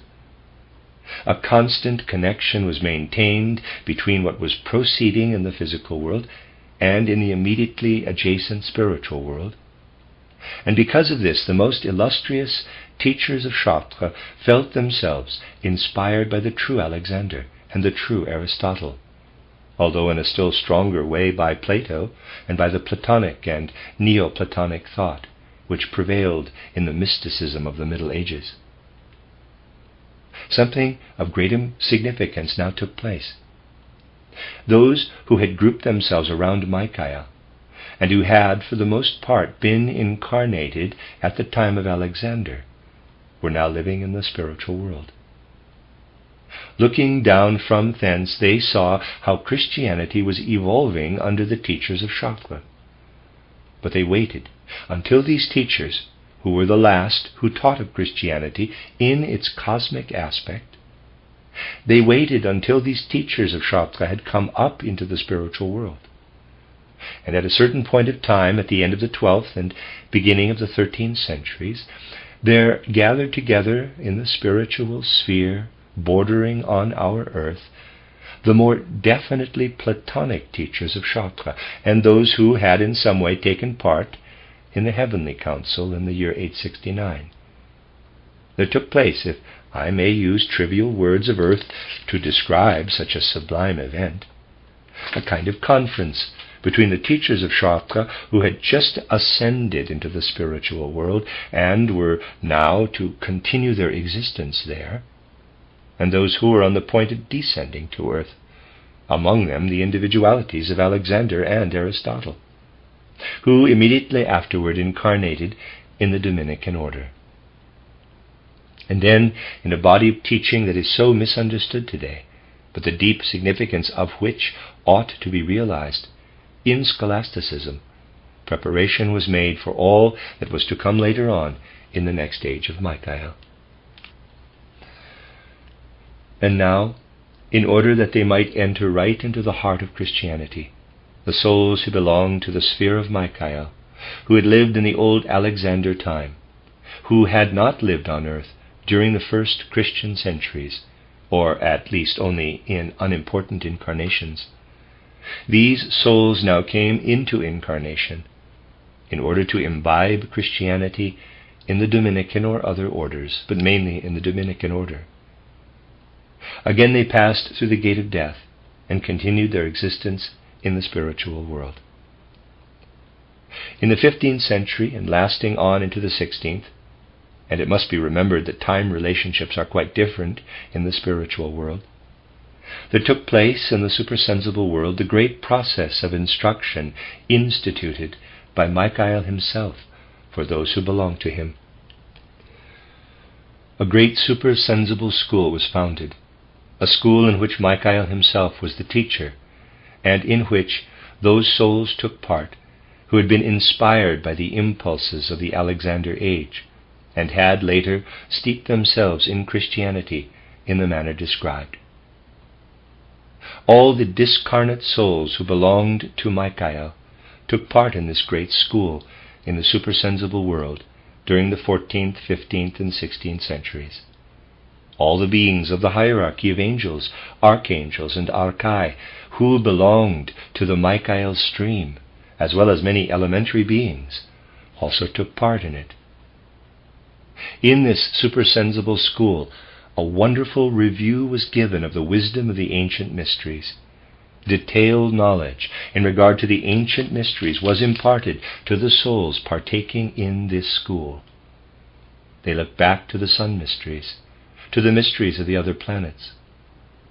But a vista of the future was given too, a vista of what should begin at the end of the 19th century in the new age of Michael. All this passed through these souls, who now in the present Michael age feel drawn to the Anthroposophical movement. Meanwhile, on earth, the last bout of the struggle was taking place. Harun al-Rashid had incarnated again as Lord Bacon of Verulam, and in this new incarnation had set the impulse of materialism on foot. The universality of the teachings of Bacon, but also his materialism, came from his incarnation as Harun al-Rashid. Bacon was the reincarnated Harun al-Rashid. The counselor who had taken the other path, incarnated in the same epoch as Amos Comenius. And so, while Christianity, illumined by Aristotelian and Alexandrian thought, was going through its most important phase of development in the supersensible worlds during the 14th, 15th, 16th, and 17th centuries, during this very same period, we find materialism being established on earth in the minds of men, established in science by Bacon, the reincarnated Harun al-Rashid, and in the realm of education by Amos Comenius, the reincarnated counselor of Harun al-Rashid. The two souls worked together. When Amos Comenius and Bacon had once again passed through the gate of death, a remarkable thing came to pass in the spiritual world. After Bacon had passed through the gate of death, it happened that because of the particular mode of thinking he had adopted in his incarnation as Bacon, a whole world of idols, demonic idols, went forth from his etheric body and spread themselves out in the spiritual world, which was peopled by those who were the pupils of Michael. As I have shown in my first mystery play, things that happen on earth work powerfully into the spiritual world. Bacon's mode of thinking on the earth worked so shatteringly into the spiritual world that it was flooded by a whole host of, in quotes, idols. And the materialistic form of educational science, inaugurated by Amos Comenius, provided the sphere, the cosmic atmosphere, as it were, for the idols of Bacon.